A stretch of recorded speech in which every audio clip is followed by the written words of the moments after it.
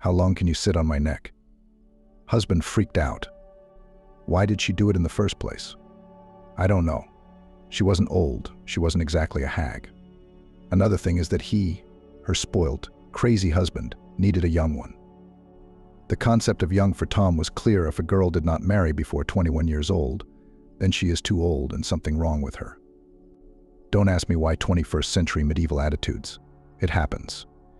And Kelly, 36, is a childless grandmother. It's like Tom's forgotten the time when he thought of his wife as his greatest treasure.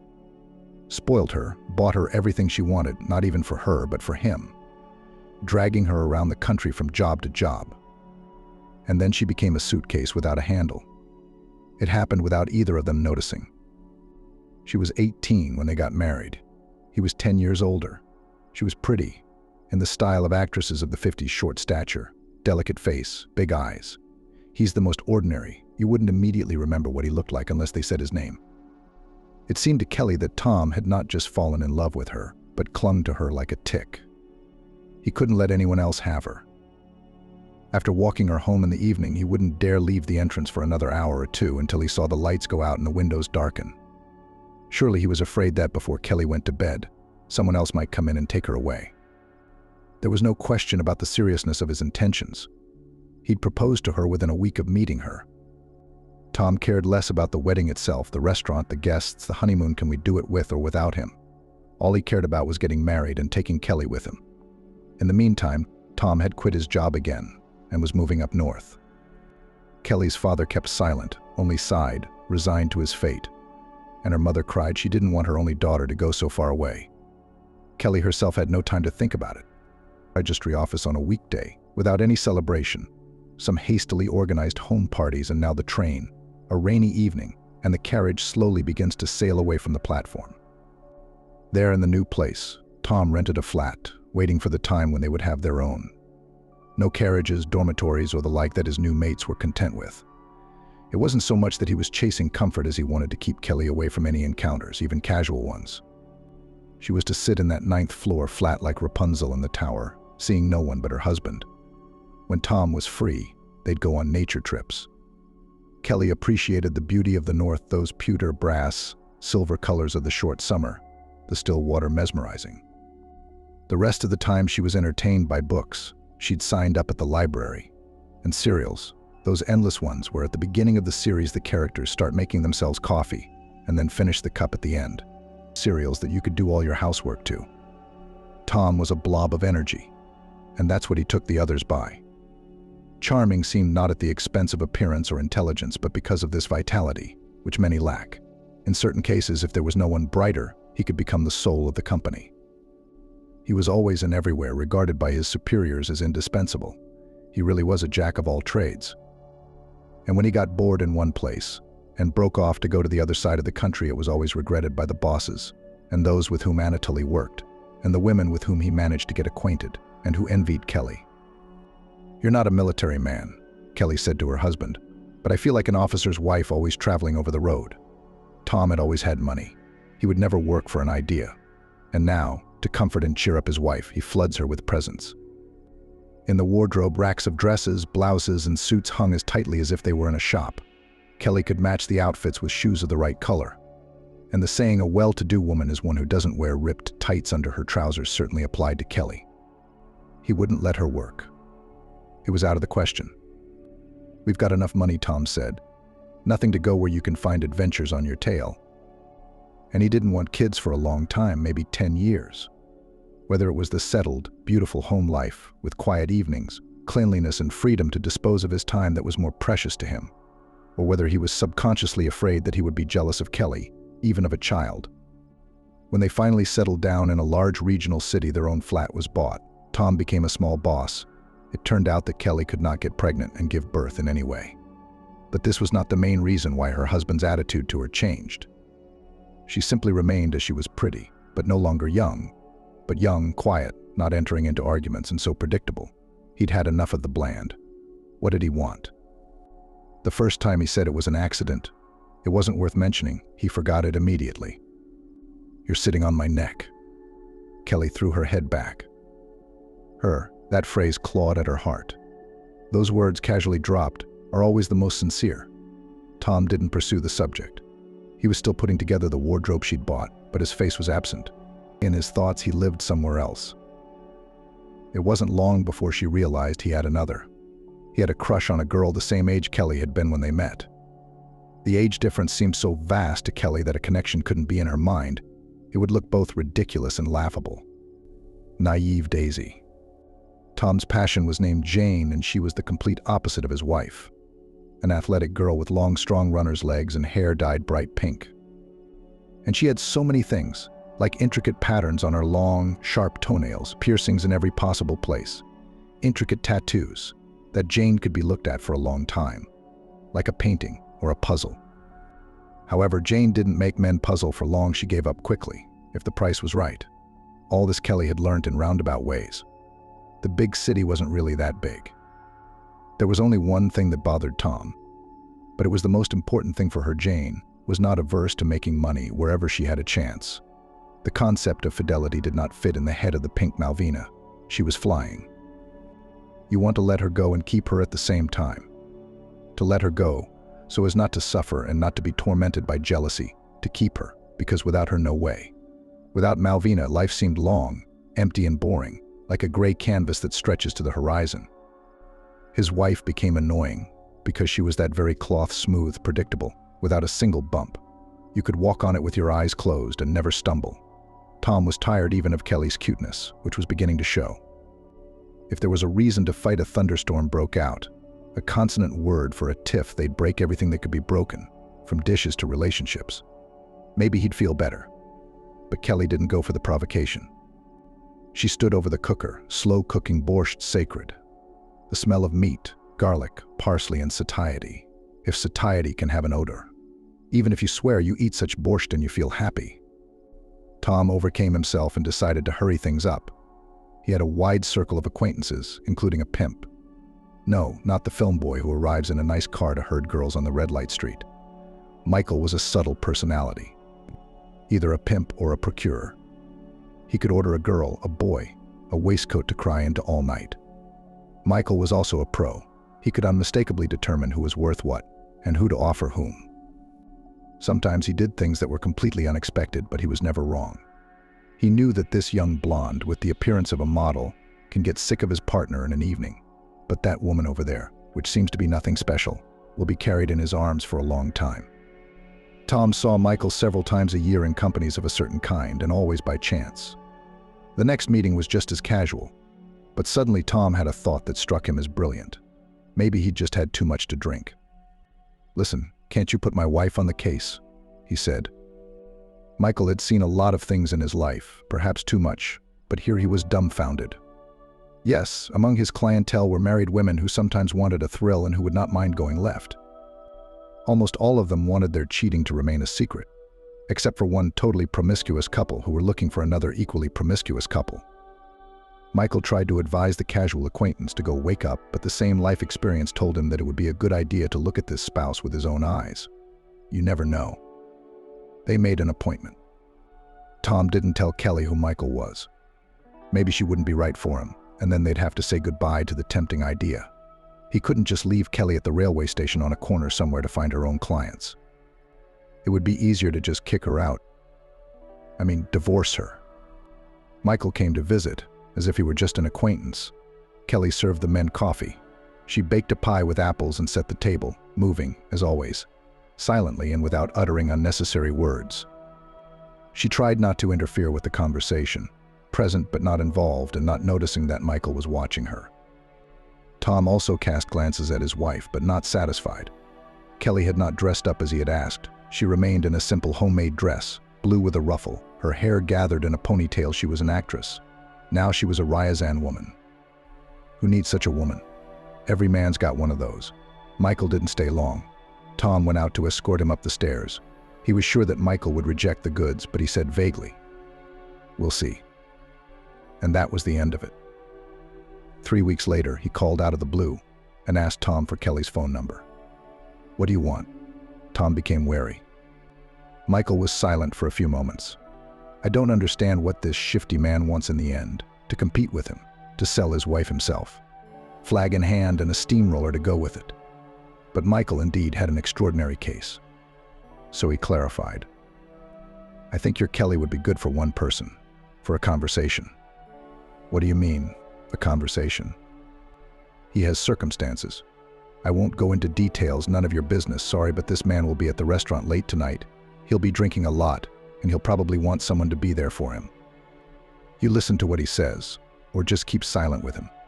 I answer with my head, no one will hurt your wife. Huh? Tom's got it. Then Kelly's fine. You know, when it comes to keeping quiet, she's the best. So give me her phone number, dummy. Because you and I are getting a film, the groom agrees, the relatives agree, and the bride has to be persuaded. In relations with women, if it was necessary, Michael knew how not to press, but to achieve his goal by persuasion found the way to the heart. Tom hesitated a moment, and the phone dictated. Later he would discuss these piquant details with Malvina, and she would complain that there would be no one to take pictures of the secret meeting. If there was dirt on anyone, she would be even more submissive. When he got the number he was looking for, the pimp called immediately. Kelly, he said, do you remember me? It's Michael, I was visiting you. I have a huge favor to ask of you, don't take it for granted. The woman didn't answer, but Michael realized she wasn't speaking because she was confused. Come to this restaurant tonight. I'll introduce you to a man who cannot be left alone. Believe me, it's very important. You'll save your soul. You should see a psychiatrist, Kelly said and hung up. Then she went about her usual business, and somewhere in the back of her mind, like a spring that had suddenly broken through, she was filled with the thought that it was not for nothing, that it was Tom who had thought up and organized everything. Both Michael and the meeting to which she had now been called. It made her want to cry. Kelly suddenly realized that she hadn't cried for a long, long time. Maybe she hadn't even learned how. You could shed tears if you felt sorry for yourself, but she was too tired to comfort herself. Tom didn't want to look ahead to see a routine life, an impending old age. Kelly was afraid to look back. She could see herself standing there in that kerchief, with the dust rag. The years were behind her, when she'd gone from princess to Cinderella, and the prince had degenerated and wouldn't divorce her. Kelly felt like getting drunk. She called Michael back. Okay, I'll go, she said. It was a hotel restaurant, fancy and so expensive that Kelly was embarrassed to even walk past it. The carpeting there was already outside, and there were vases of orchids at the entrance. Kelly hadn't bought clothes in a long time. She'd stayed in that other life, with her husband blowing dust off her. And now Kelly didn't know what to wear. If all she had to do was talk, this dark blue jacket would do. She could match it with the pale blue silk dress she had once loved so much. The silk was real, delicate, not weighty. But there was hardly any cosmetics at home, and perfume only Grasshopper Bridge, with its heavy, clingy odor. Kelly was ready for Michael to send her back, to call some young girl for his client. She was even more embarrassed that she had come first. She walked around the entrance for a while, hesitant to stop lest she be chased away. There must be someone like a doorman. He'd be out in a minute. Why are you standing here? You can't linger here. A black car pulled up. Very inconspicuous, Michael the pimp didn't like too much attention. He got out with the businesslike look of a man who comes to this hotel almost every day. He recognized Kelly immediately. He nodded, didn't say anything about her appearance, but as if he was grateful that she had agreed to this venture at all, and was standing here in person, not late. He took her politely under the elbow, and they went inside. The restaurant was in a semi-basement. Kelly was far from all that. She was much more comfortable with unsophisticated dumplings and pie shops. She would have felt out of place, even if she'd just come here with friends. Now she was tense, looking around, even though she didn't know who was waiting for her. Michael knew. The dim lights, the heavy wooden tables, the bar. For some reason it all reminded Kelly of an old sailing ship, a caravel being carried along by the waves of life. Michael took Kelly to the corner farthest from the entrance, the one with the least light. Here sat the man they needed, or who needed them. A dark-haired, middle-aged man with a thin, nervous face. Kelly noticed there was a hat lying next to him. Who wore hats nowadays? The glass of wine was almost finished. Miss Kelly introduced Michael's companion, and Kelly threw him a surprised look. How did he know her middle name? She'll sit with you as long as you want. Michael understood, but he didn't answer her question. He'll give the name himself if he wants to. Well, I'll leave you to it. The man nodded carelessly. He was immersed in his own thoughts. Another similar nod to Kelly for her to sit down. She sat down with a straight back. There were hardly any customers in the restaurant. Only at one other table, a group of men engrossed in conversation. A young bartender behind the counter, in a white shirt and black waistcoat, and a waitress who approached them almost immediately. A dyed blonde in her mid-40s. She had a tired look. Order whatever you want. The man said to Kelly, nodding at the menu. What food could she think of right now? She was feverish with excitement. A glance at her was enough to realize that. Bring us some for now. Kelly didn't know what the mysterious-sounding words meant, but she guessed they meant wine or something stronger, and an appetizer of some kind. There was silence in the air as they waited for the waitress. What should I call you anyway? Kelly asked. And after a while, are you sick? He was definitely awake. There was confusion in his voice. What makes you think that? She shrugged her shoulders. Nothing else occurred to me. Only that you have learnt that you are ill with some terrible, hopeless disease and have no one to talk to. And I'm now a traveling companion who won't see you tomorrow, so it's okay. You will indeed, one of these days, hear of my death, he said tiredly and calmly, as if it were a done deal. But it is of no consequence. He took her hand, but there was nothing sensual in the movement, nothing of the kind. He held her wrist. Here you are, you need to check your heart. Remind me when you leave. I'll text you the number and you call. You're a doctor. She suddenly remembered him. Yes, he was a doctor, a very famous one. The kind of doctor they always say was from God, from God. She remembered his name, James, but his middle name was lost somewhere. Then I realized. What do you want to put your hands on yourself? Others will do it for me. But how? Are you being threatened? She didn't understand. Maybe some crazy patients he didn't cure. You can't save everyone. But if you know, why don't you leave? Why don't you run away from them? They'll get you everywhere. There's nothing you can do about it. But I can still live today. There was a momentary flash of rage in his voice. Exactly. He tried to argue with fate for a moment. The waitress brought the wine. James signaled for her to leave. She came back with another tray, set out the plates of appetizers, and finally left them alone. What do they want with you? Kelly asked. What for anyway? He was silent for a moment, then said, as if he hadn't heard her, as if he were talking to himself. I've had quite a lot of time, after all. Life could have been shorter and much more precious, so there's not much to repent or regret. But behind it all was a little boy who was desperately scared. And Kelly realized that. She touched his hand too, but not in the way he had done before. She just covered his hand with hers, letting him know that she felt his fear, and she felt sorry for him. Do you have anyone? Kelly asked, and anticipating that he wouldn't understand her question or would misunderstand it, she clarified, my mom, my sister, someone in the family. Can't you go to them? He shook his head. I have relatives, but they are far away in Siberia. We haven't been in touch for a long time. It's just that life has separated us. But I wouldn't go to them anyway. You can't set them up.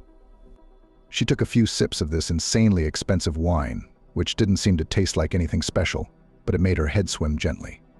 And despite the oddly tragic note of the conversation, a sense of flight and recklessness came. It's a good thing you have someone at all, she said. I miss it all so much now, my childhood, my grandmother, whom I would hug now, her old house. It's a former merchant's house. It had such thick walls, such wide windowsills, and many, many geraniums. I even remember the feeling of it sitting on the windowsill, knees tucked up, a ray of sunlight falling on your face so that you squeeze your eyes shut, and the smell of geraniums. Everything was so safe and solid then, and it seemed like it would always be that way. Kelly noticed that the memories of his childhood seemed to bring him out of his stupor from the world where he was now. James was distracted, herself, in her most difficult, infinitely difficult moments. It had been a lifesaver. Thinking back to the distant years was like diving to great depths. Everything appears a little unreal, a little blurred. It makes my ears pop, but the rest of what I want to think about ceases to exist. So they sat there, reminiscing about their childhood, each of them his own. It didn't matter how interesting and coherent the story turned out to be. What mattered was that you wrap yourself in that memory like a warm blanket. James was talking about a stream that ran through the park in their town, which went into a mysterious black pipe to make films, that's all, and then flowed into a pond, where in summer the boys caught small fish, the size of a little finger, and in winter they skated. And you could clear the snow with a mitten, look through the ice, as if into an aquarium at the algae, at the green beads of cassava, at the still frog, which also looked at you eye to eye. "Come on, I'll walk you back to your room," Kelly said at last. The hour was such that it was time for the restaurant to close as well. She could sense from herself that it would be hard for her to stand on her feet. And how would he feel? He'd started drinking before she got there. But if they leaned on each other, they'd make it. He remembered his number was 211. But when they stopped in front of the door, he gave the key to Kelly, not sure he could get into the keyhole. There were mirrors and orchids in here too. Orchid pots were everywhere in this hotel, and there was glass and metal all around, also shiny, cold, reflecting you 1,333 times. James put his arm around Kelly and stood, swaying slightly. She was precisely the one person he was related to that was so hard for him to tear himself away from. An inexplicable feeling came over her as she pressed herself against his chest. They just stood there, neither moving. And still, just yesterday, Kelly wouldn't have imagined for herself that such a thing was possible. She was reminded of the boy Ben she'd known since she was a little girl. He lived in their backyard.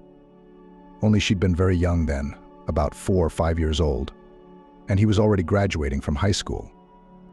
A handsome red-haired boy, her first love, which she hid from everyone, even from her mum.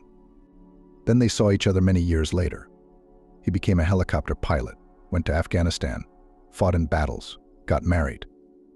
His Mia was a very sick person, a severe diabetic, and everything was repeatedly complicated by her carelessness. She could forget to give an injection on time, and he trembled when he rushed home after work.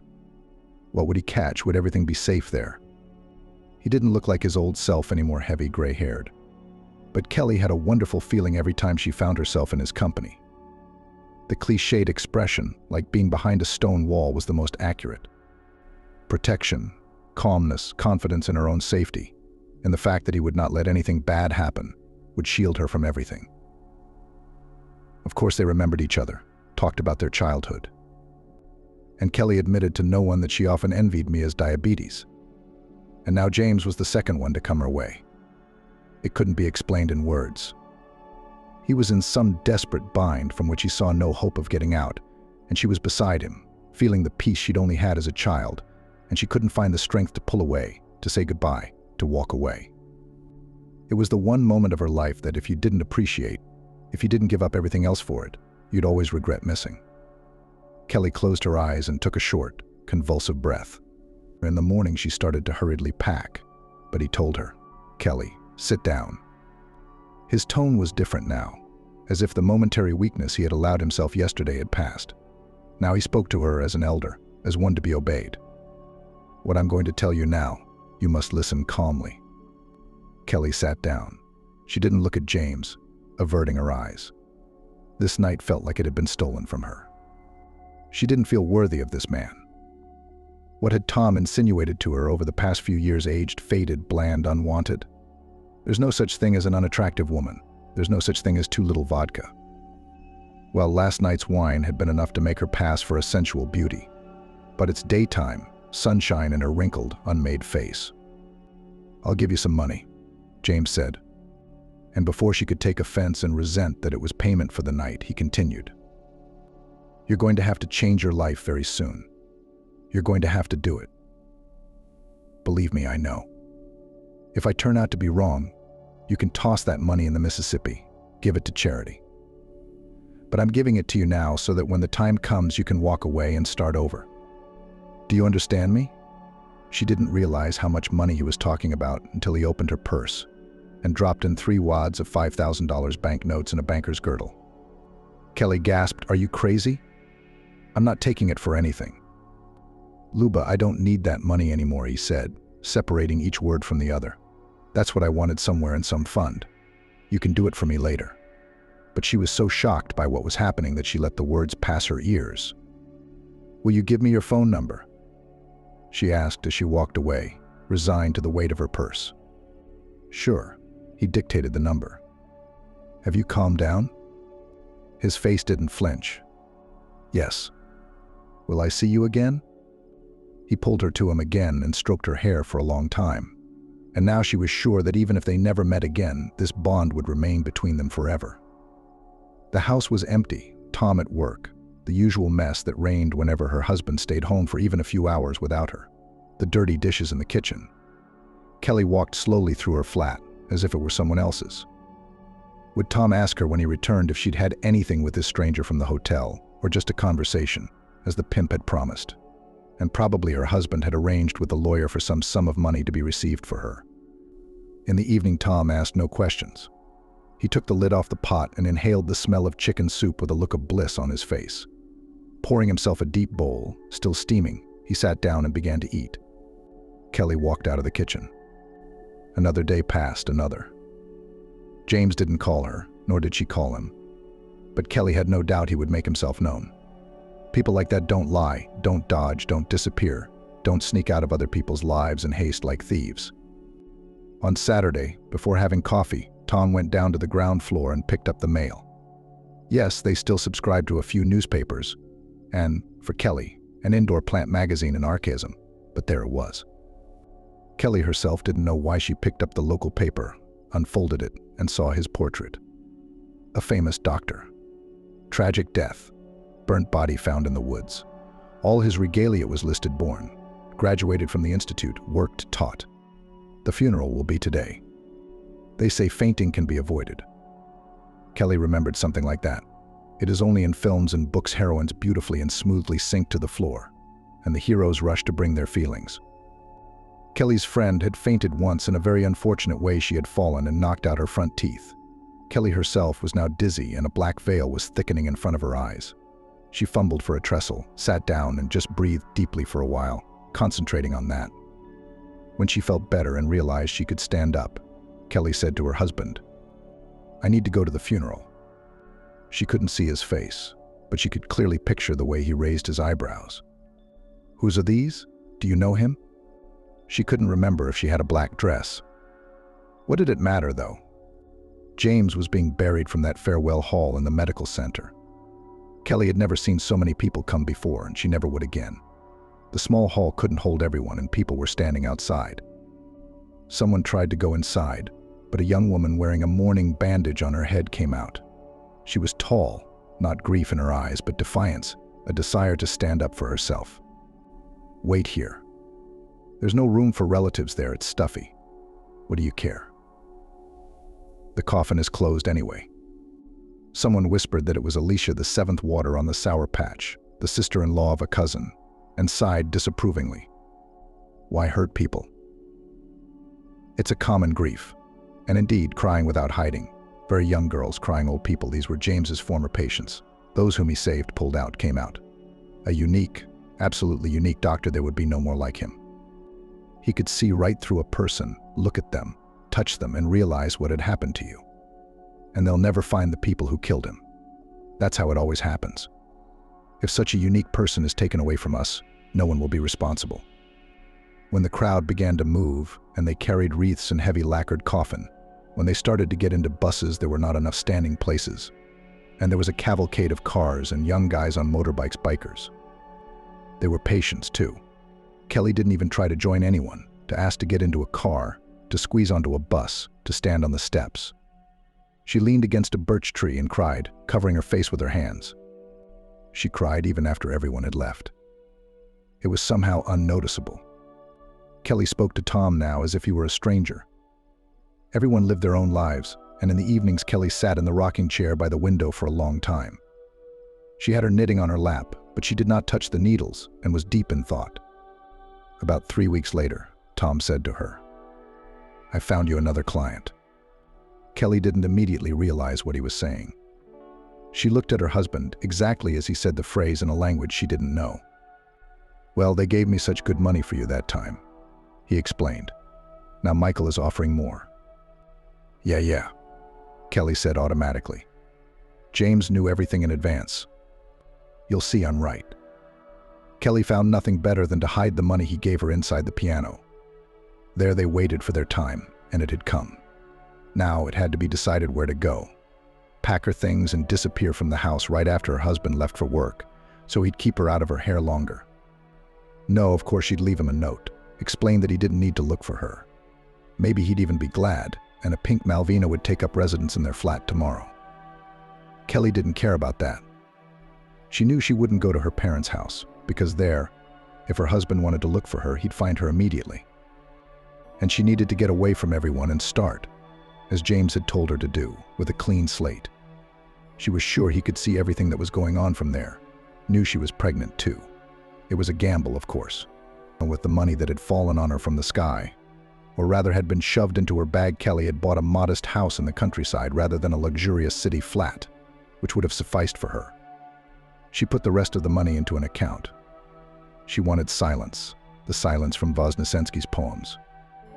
I want silence, silence. Are my nerves burned?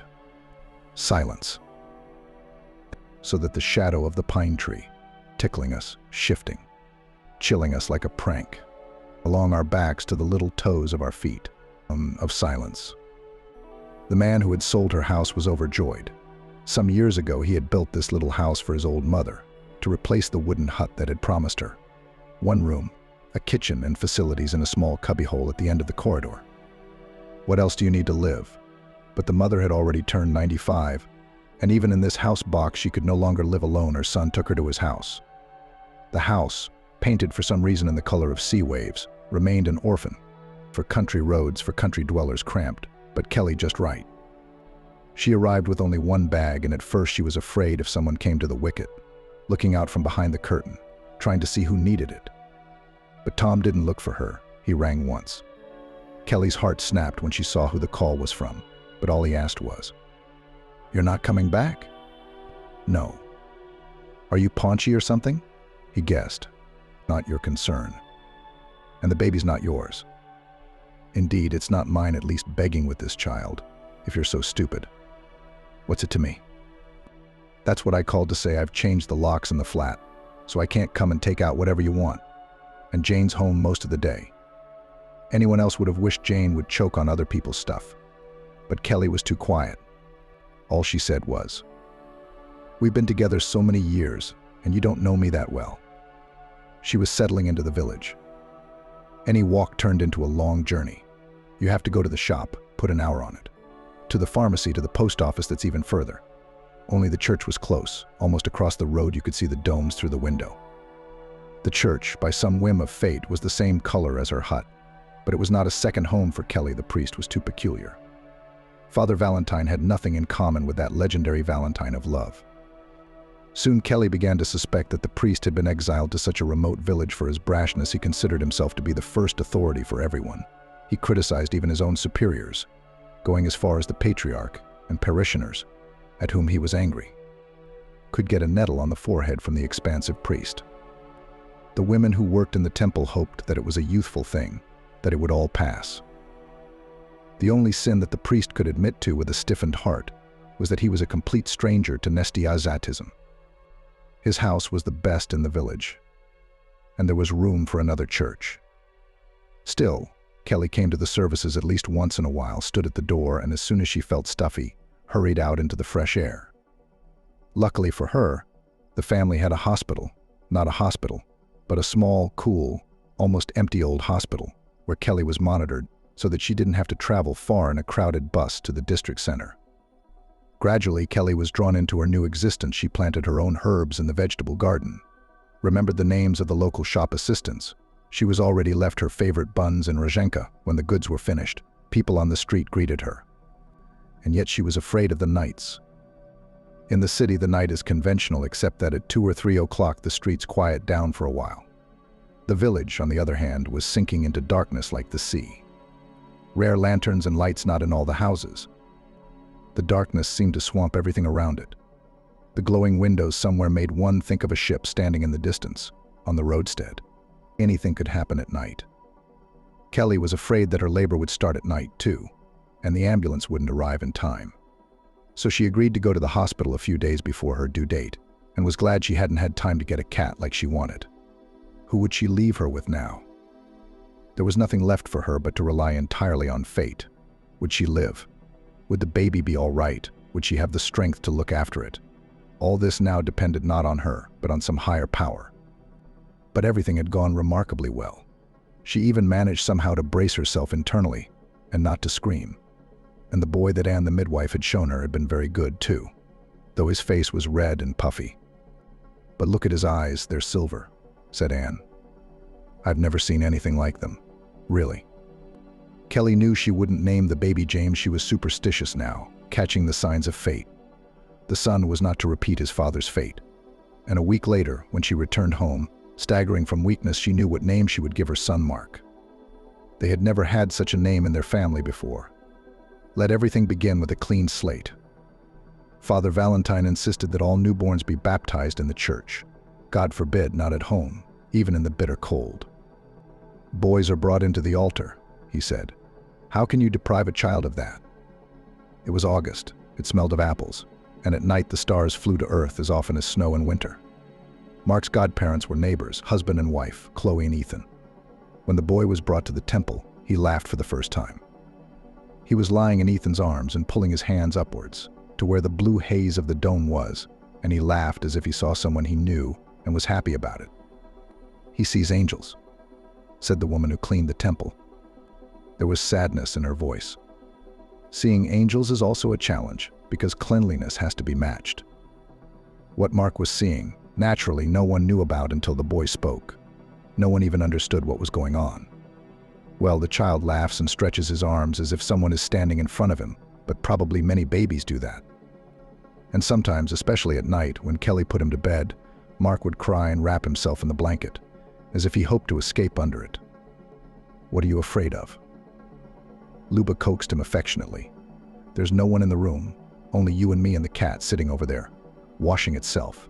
The cat that they had been given as a present and crossed themselves over. Probably the neighbors didn't know where to give the litter."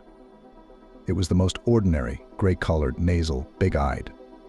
Later it seemed to Luba that she had special feelings for the boy. There was a cupboard in the room, left by the previous owner. They had been like this in almost every house before, tall, wooden, with hangers on the right, shelves on the left, and a square of glass in the door, covered with embroidery. On a black background, an old woman had painted roses with a needle and thread. Mark was afraid of the wardrobe at night. During the day he could climb into it and play there, God knows what he imagined, among the hangers of dresses. He could have a house or a spaceship in there, but when it started to get dark, the first place where that darkness descended was the wardrobe ajar. Mark didn't even dare look in there. And if his gaze did fall there by chance, he withdrew it immediately, as if something terrible lurked there and watched him from there, something better not to be seen face to face. Then the cat would leap to Mark and stare into the darkness herself, staring with cold yellow eyes, as if she were on guard and watching. She knew unmistakably when the boy was worried, when he was having nightmares, and she would slip in and lay on his chest, becoming a shield between him and those he feared. Distracted by her song, she purred surprisingly loudly. As Mark began to talk, Kelly asked him, "Honey, what do you see?" "There." He answered expressively, nodding at the cupboard and raising his eyebrows, not understanding how the obvious could not be clear to her, and almost adding, "There it is."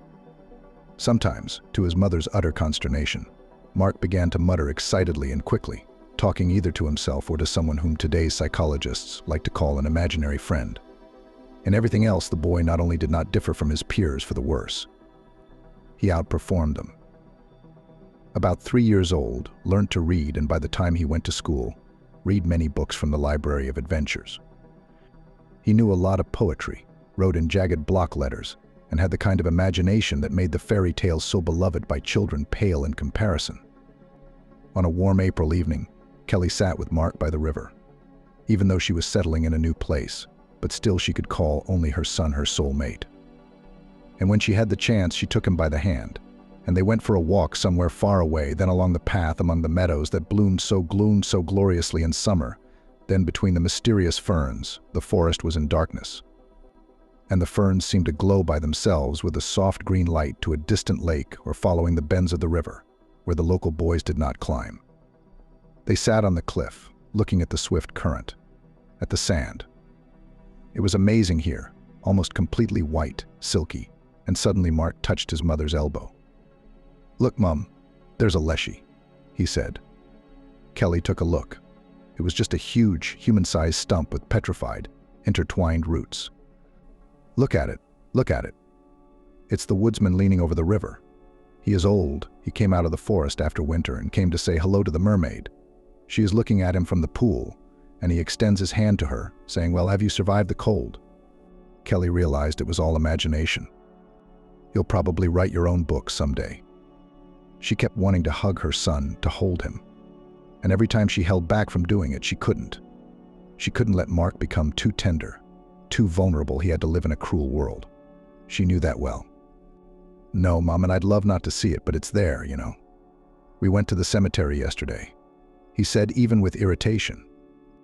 They did go there yesterday, along with an old lady neighbor who had asked him to help clean up a grave. It was already difficult for her to bend over, but she wanted to visit her husband.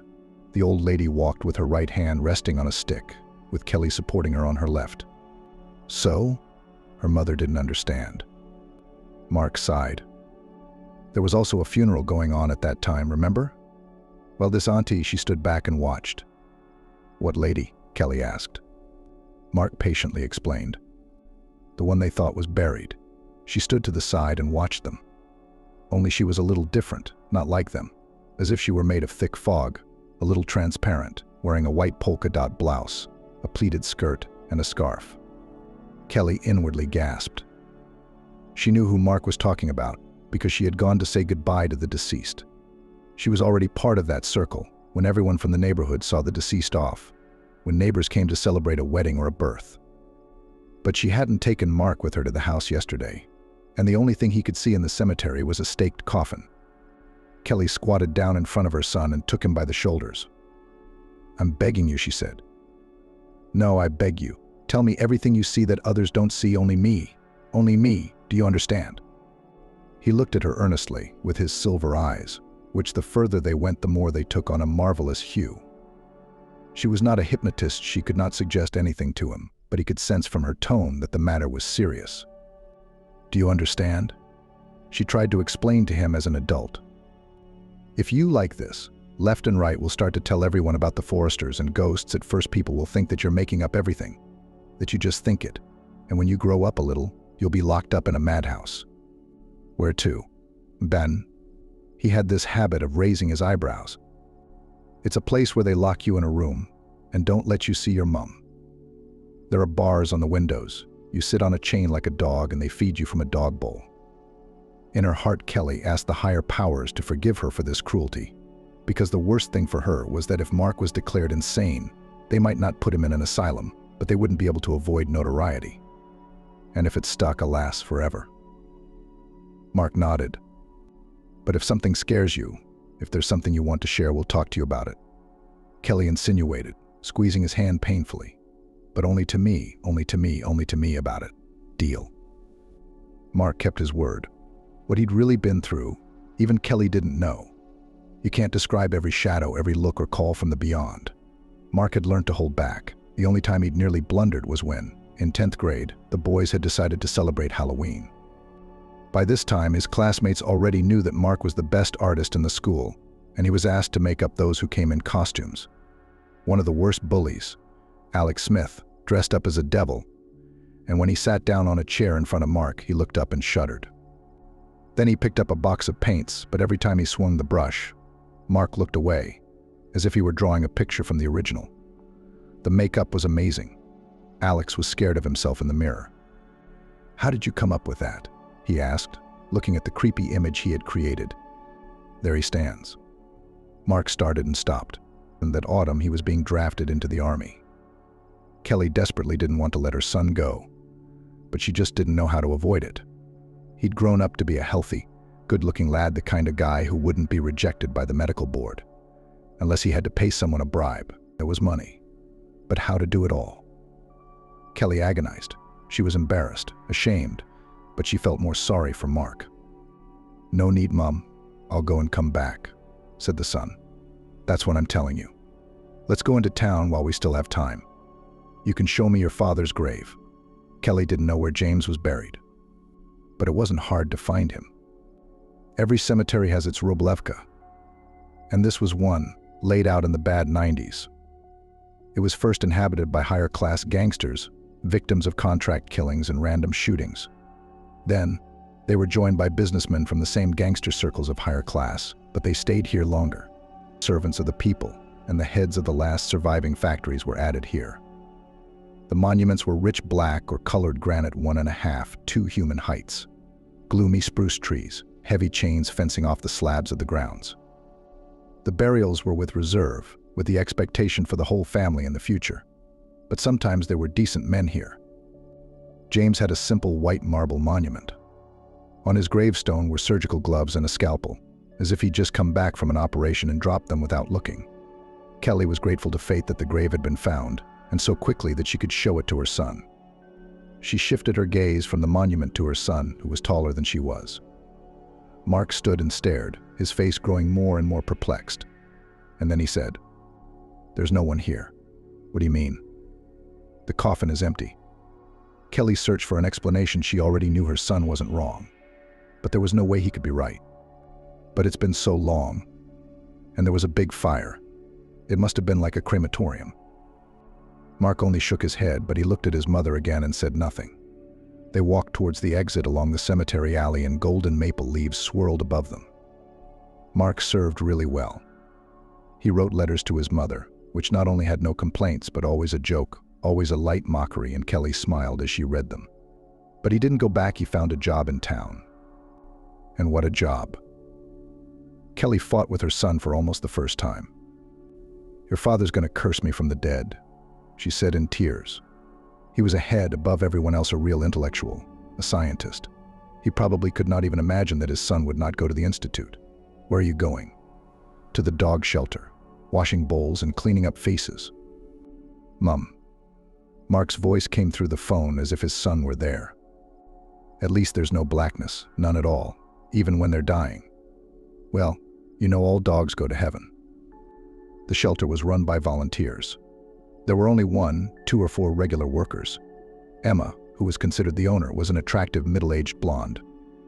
She had a good voice, and from time to time she organized charity concerts in town. She sang to earn the dogs and cats some bread, or rather chicken carcasses, groats, and dry food. And then there was Mary, who cleaned the small little dogs that sat in separate cages. The cages stood on top of each other, and the whole thing looked like an open multi-story house.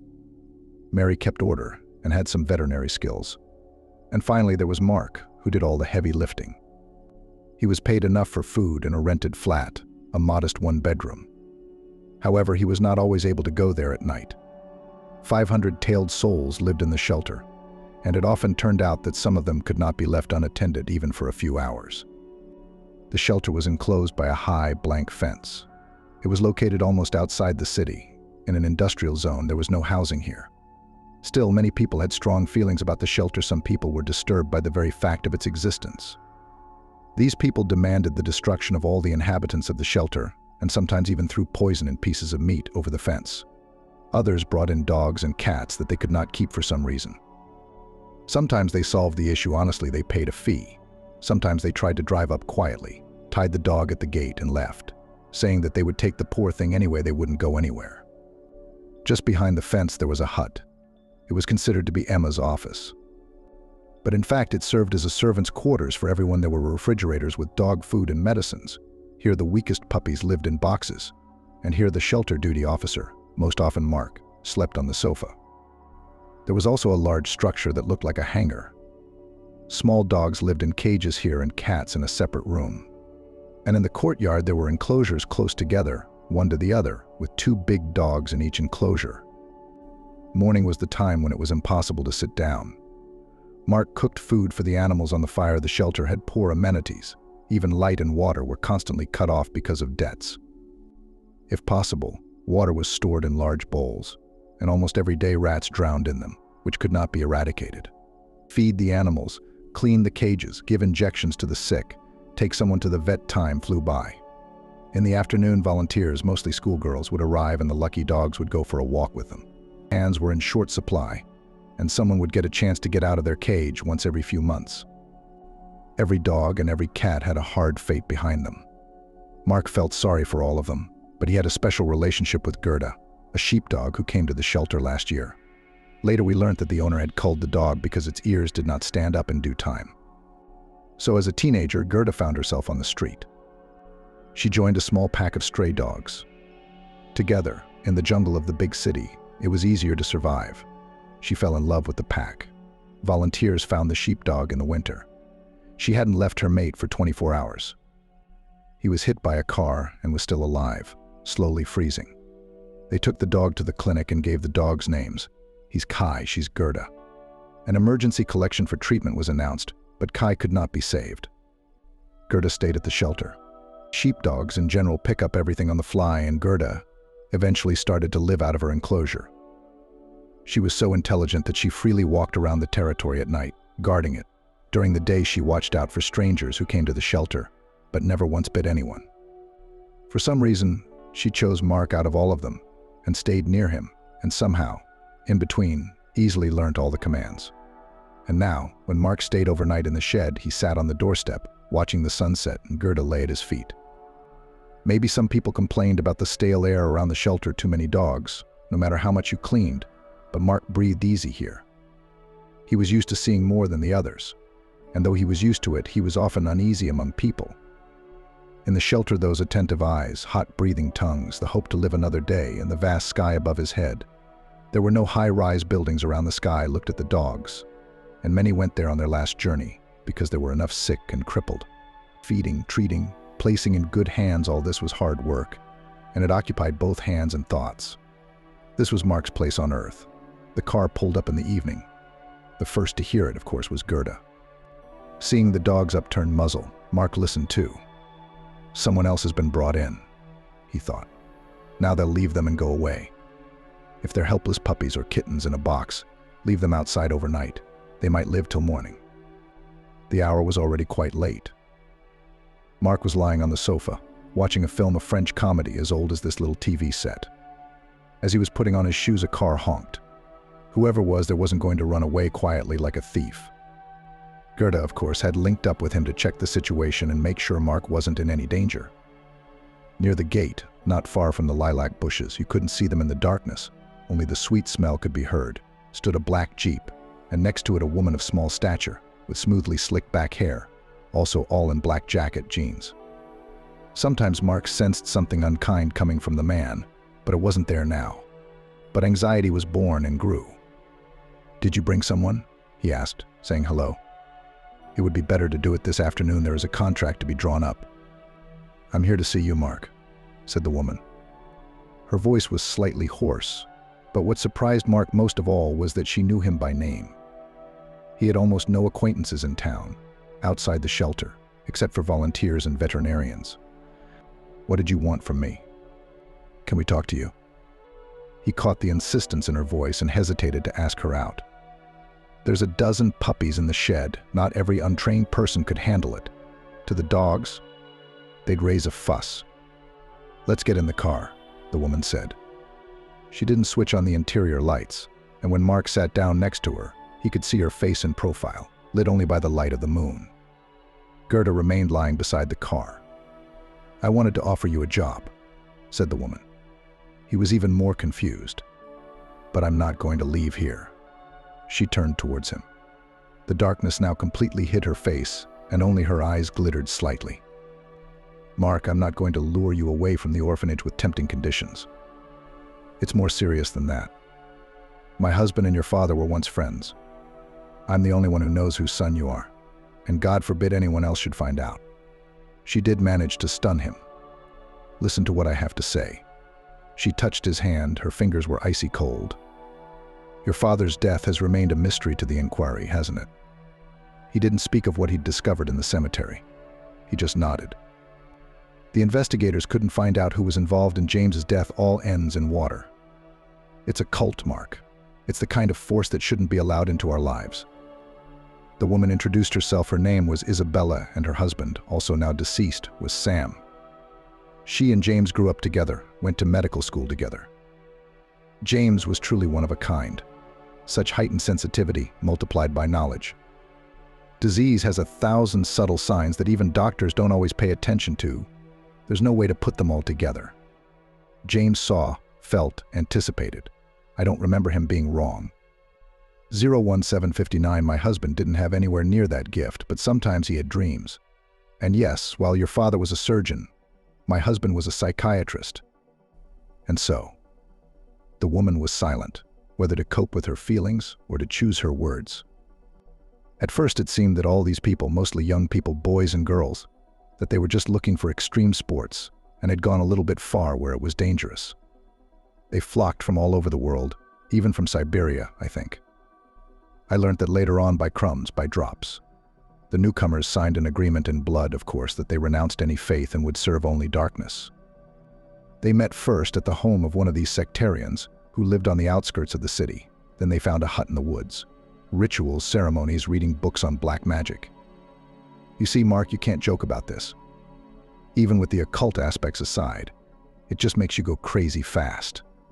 And yes, they had sacrifices. They started with pets. And I won't tell you what they did to them. It'll hurt you to hear it.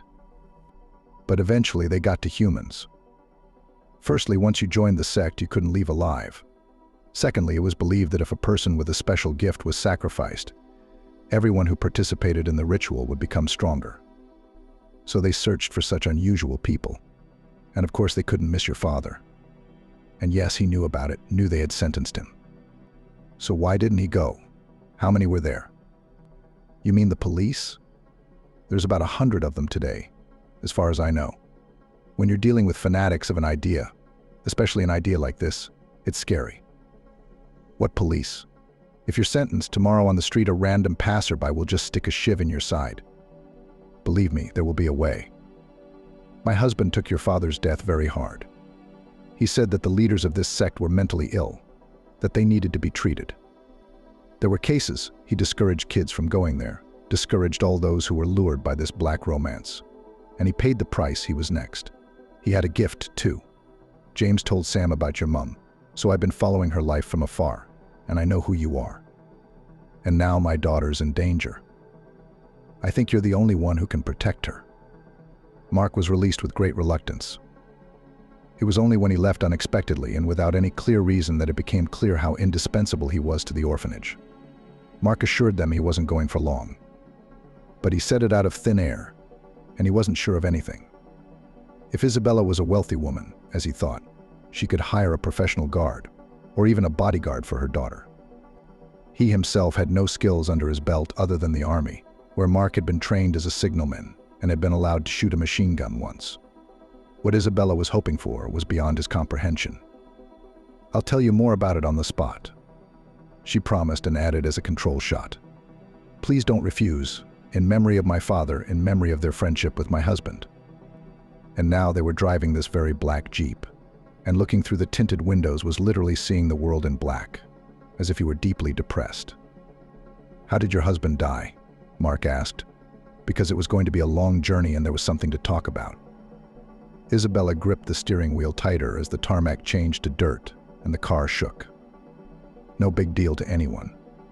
I went to the dacha in early spring with my daughter, with Mia, and went fishing, and then they found him. He was lying face down in the water. We were told he'd suffocated. There was no water in his lungs. It was his heart. But couldn't that have happened? Lots of people have heart attacks. Why do you suspect someone? It's paranoia, isn't it? I'm too afraid for my daughter. Isabella said melancholically. All these years I've been following this sect as far as I can, even if indirectly, even if by word of mouth, but these guys have what they call their own handwriting. Do you understand? They offered both of them, first James, then Sam, to join them. If your dad wanted to, he could have made a career out of it. Imagine when one of their adepts can see through people, diagnose and heal, how cool that would be for them. After he flat out refused, he was warned since he didn't want to be a follower, he would become a victim. And then there was that final warning when he realized that it was serious, and that he was essentially condemned. That's when he met your mother. It's kind of a miracle that you were born, you know? And Sam was ruined by his tongue. He was mocking and openly trying to fight against them.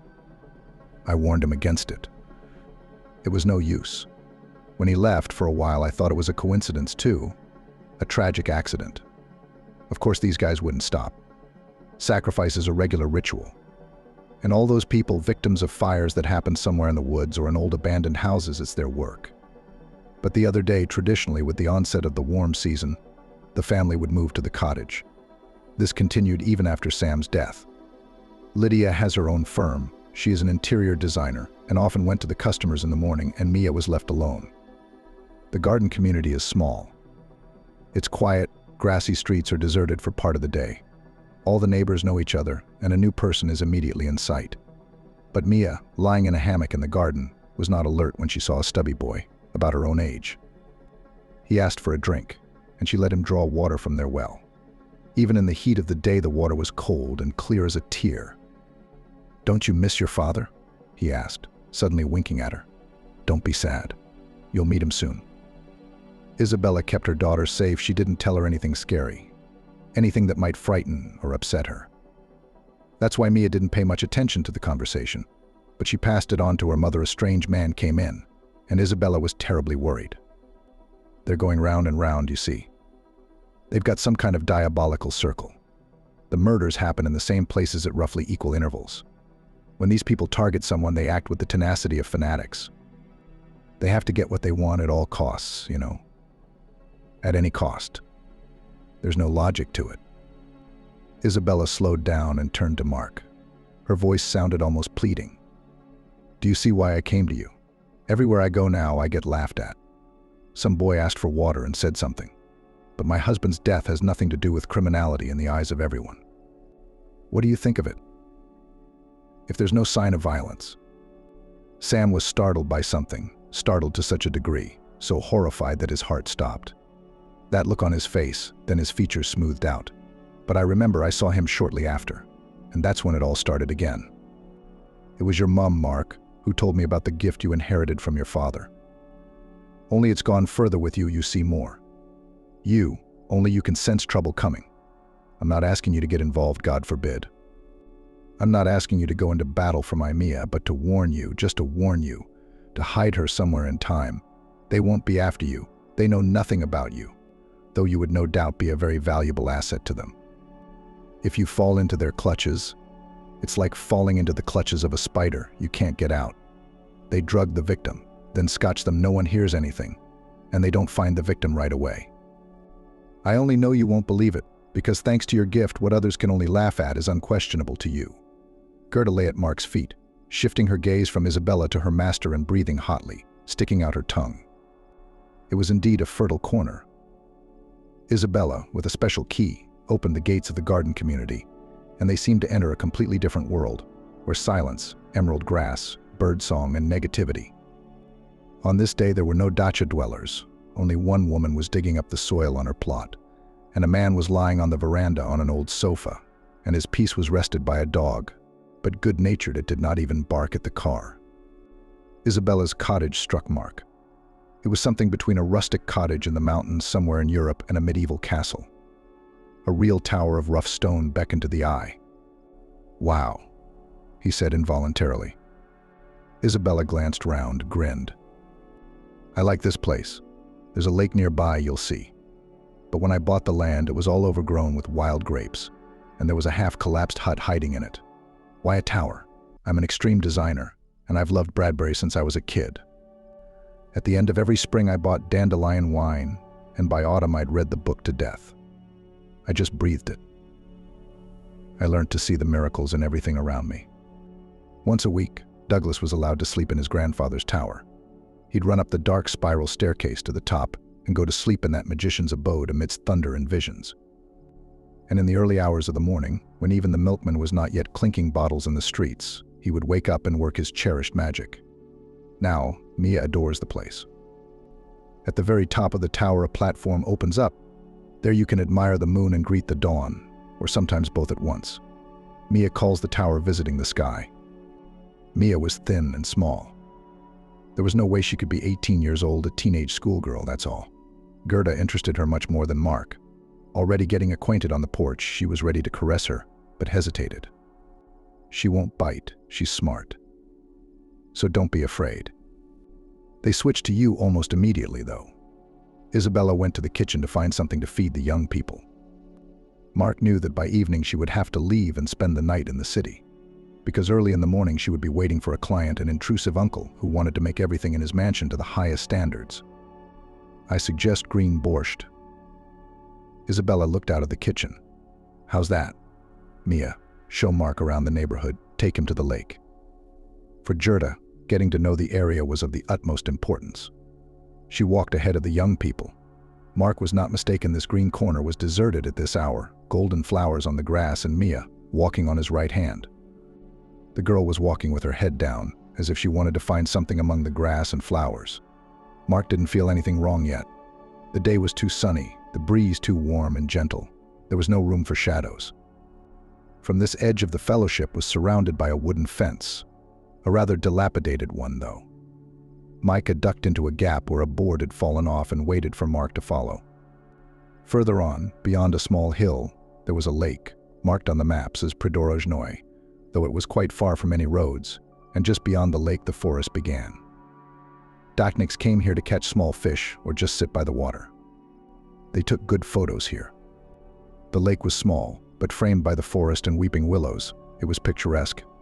However, Mark's heart was suddenly racing. He saw several butterflies, big black beauties, fluttering over the water. Mark even blinked, hoping it was a vision, that he was just overheating in the sun. They couldn't be here. He had once looked up the species in a book and had learnt that they lived somewhere else.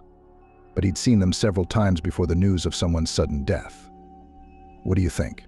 he asked Maya after all, nodding at that black dance. If she had seen it too, she would have said something like, "How beautiful."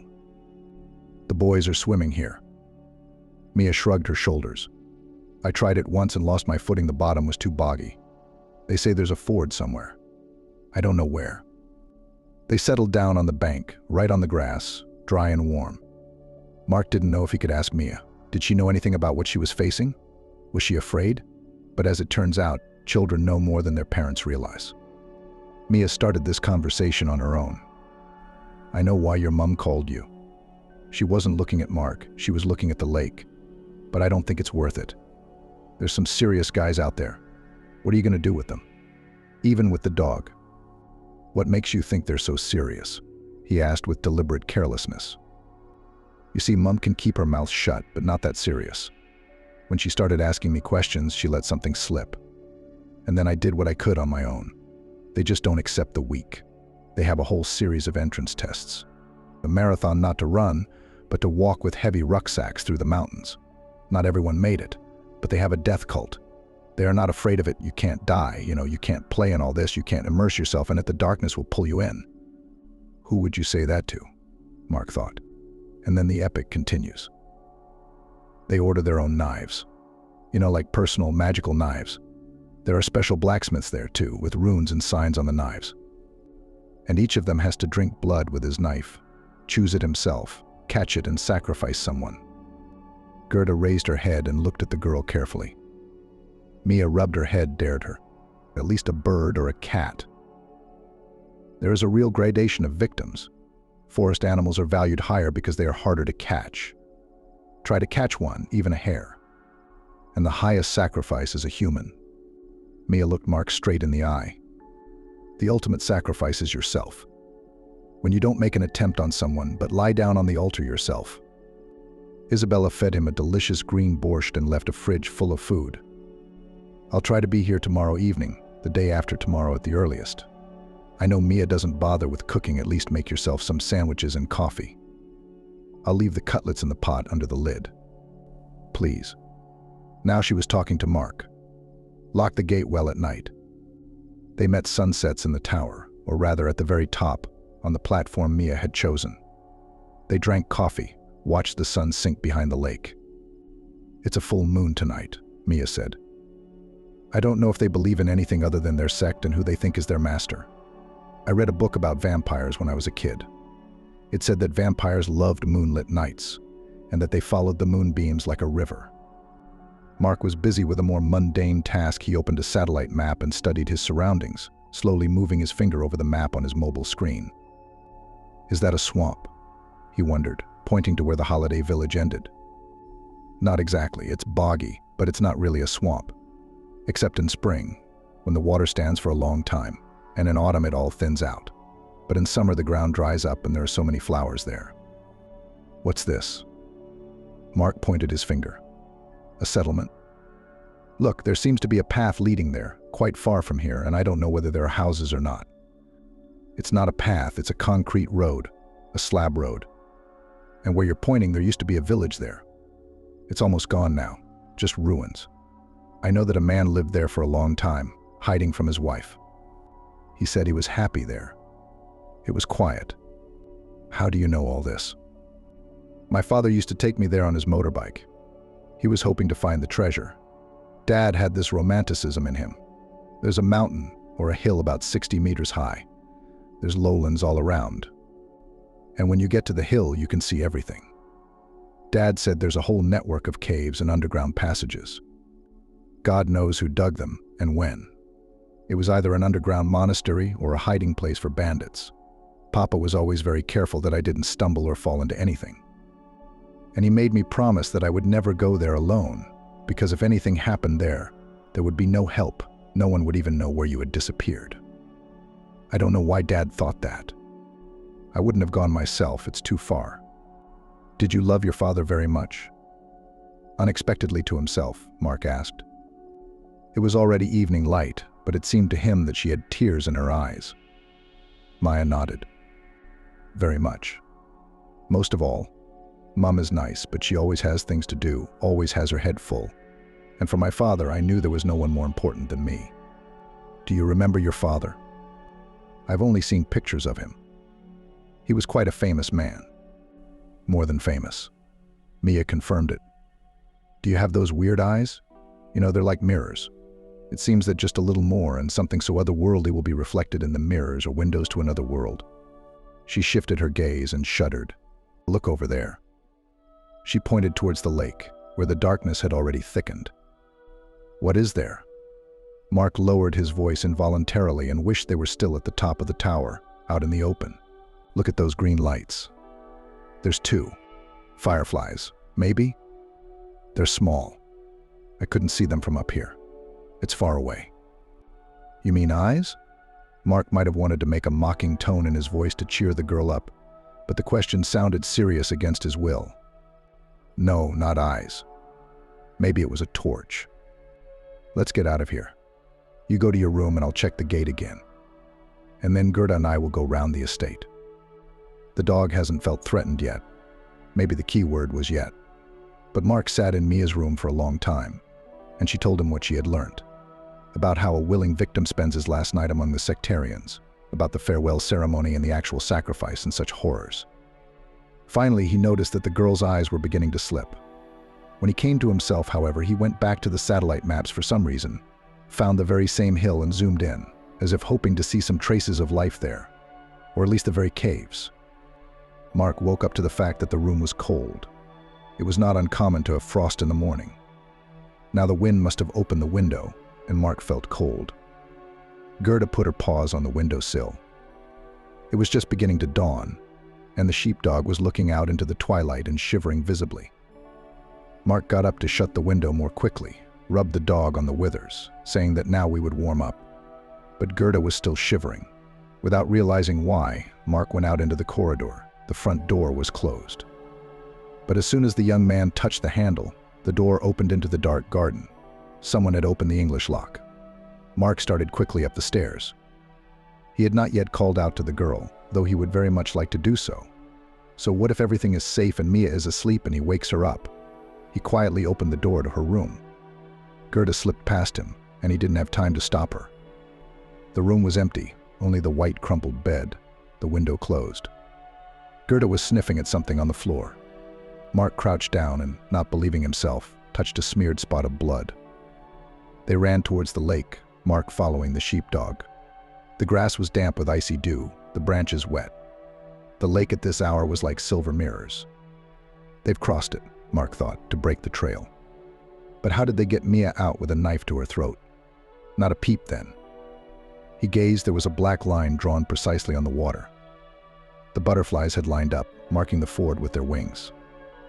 On the other side of the lake, Gerda had picked up the trail at once, but he would have found the way without her. He had looked at the map too long. and too closely the day before to be mistaken. It was a concrete road, old, not wide, 2 slabs only. Between these slabs grass was already growing thickly. At first the road led him to a river, over which there was a bridge, a plank bridge, over which a car could pass. On the other bank were trees, huge trunks of trees uprooted, their roots intertwined and twisted, and from afar they looked like giant spiders blocking the way. Mark knew he had a long way to go. He had no doubt where Mia had been taken. It would take him hours to get there, and he would have to listen every minute to see if anyone was around. And he couldn't wait. Mark had brought his phone with him, but it was of little use here. The connection was not catching an empty white triangle in the corner of the screen. Not a single bar. Gerda realized that her master was in a hurry. She was ready to break off into a run, but then she would break away from him. She went far ahead, and she walked beside him, and Mark walked quickly, then switched to a run. The sun was already beginning to rise, showing its red side from behind the horizon, when Mark reached the abandoned village. It was a sad sight. 700 people had once lived here, but there were few reminders of it anymore. The shrubbery had grown so high that it hid the shrubberies, which had fallen into disrepair. Only the roofs were visible, and the streets were still visible. One might have thought that this place would attract those who practiced a death cult. But Mark felt there was no one here. To turn on and there would be a lake, the shores of which were so favored by vipers that it would be better not to go there without boots. To the protected mountain. The way lay straight ahead. Only the concrete ended here, and there was only a path left. Now he had to be doubly careful. It was already light, and they were close. Whenever possible, Mark tried to walk at the edge of the forest without losing sight of the path, and when he noticed a long, high hill ahead, he retreated into the thicket. It was a place that all the locals tried to avoid. It was tempting, though there was a rumor that untold riches were hidden here. Who kept them here? Who knows? Bandits. Who else? But who? According to some rumors, those whose ataman was Stenka Razin, according to others, the companions of Emily and Pugashev. And whoever said it all started with the old believers. They inhabited the local caves, deepened them, and then gave permission to those who came here to escape from the authorities, or just from the evil baron, to settle in the neighborhood. It happened that the robbers stayed here for the winter, and in the spring they left for their criminal activities on the big water. But who settled in the caves now? When Mark saw the smoke, he crawled the last few meters rather than walked. Gerda knew the command to crawl perfectly well and breathed noisily. In a few minutes, Mark was already looking at the sight before him. Mia had said, like her mother, that there were about 100 people in this sect, or what the hell to call it. But now Mark noticed 12 too. For some reason it reminded him of all the reenactment clubs. Right at the foot of the mountain there was a fire, but not a strange one, not a sacrificial one, but just warming and cooking breakfast. And someone didn't care much about firewood. They used dried out wood. That's why there was smoke from it. Many of the guys were really strong physically, even outwardly it was noticeable, were dressed in some strange gray hoods or cloaks of coarse cloth.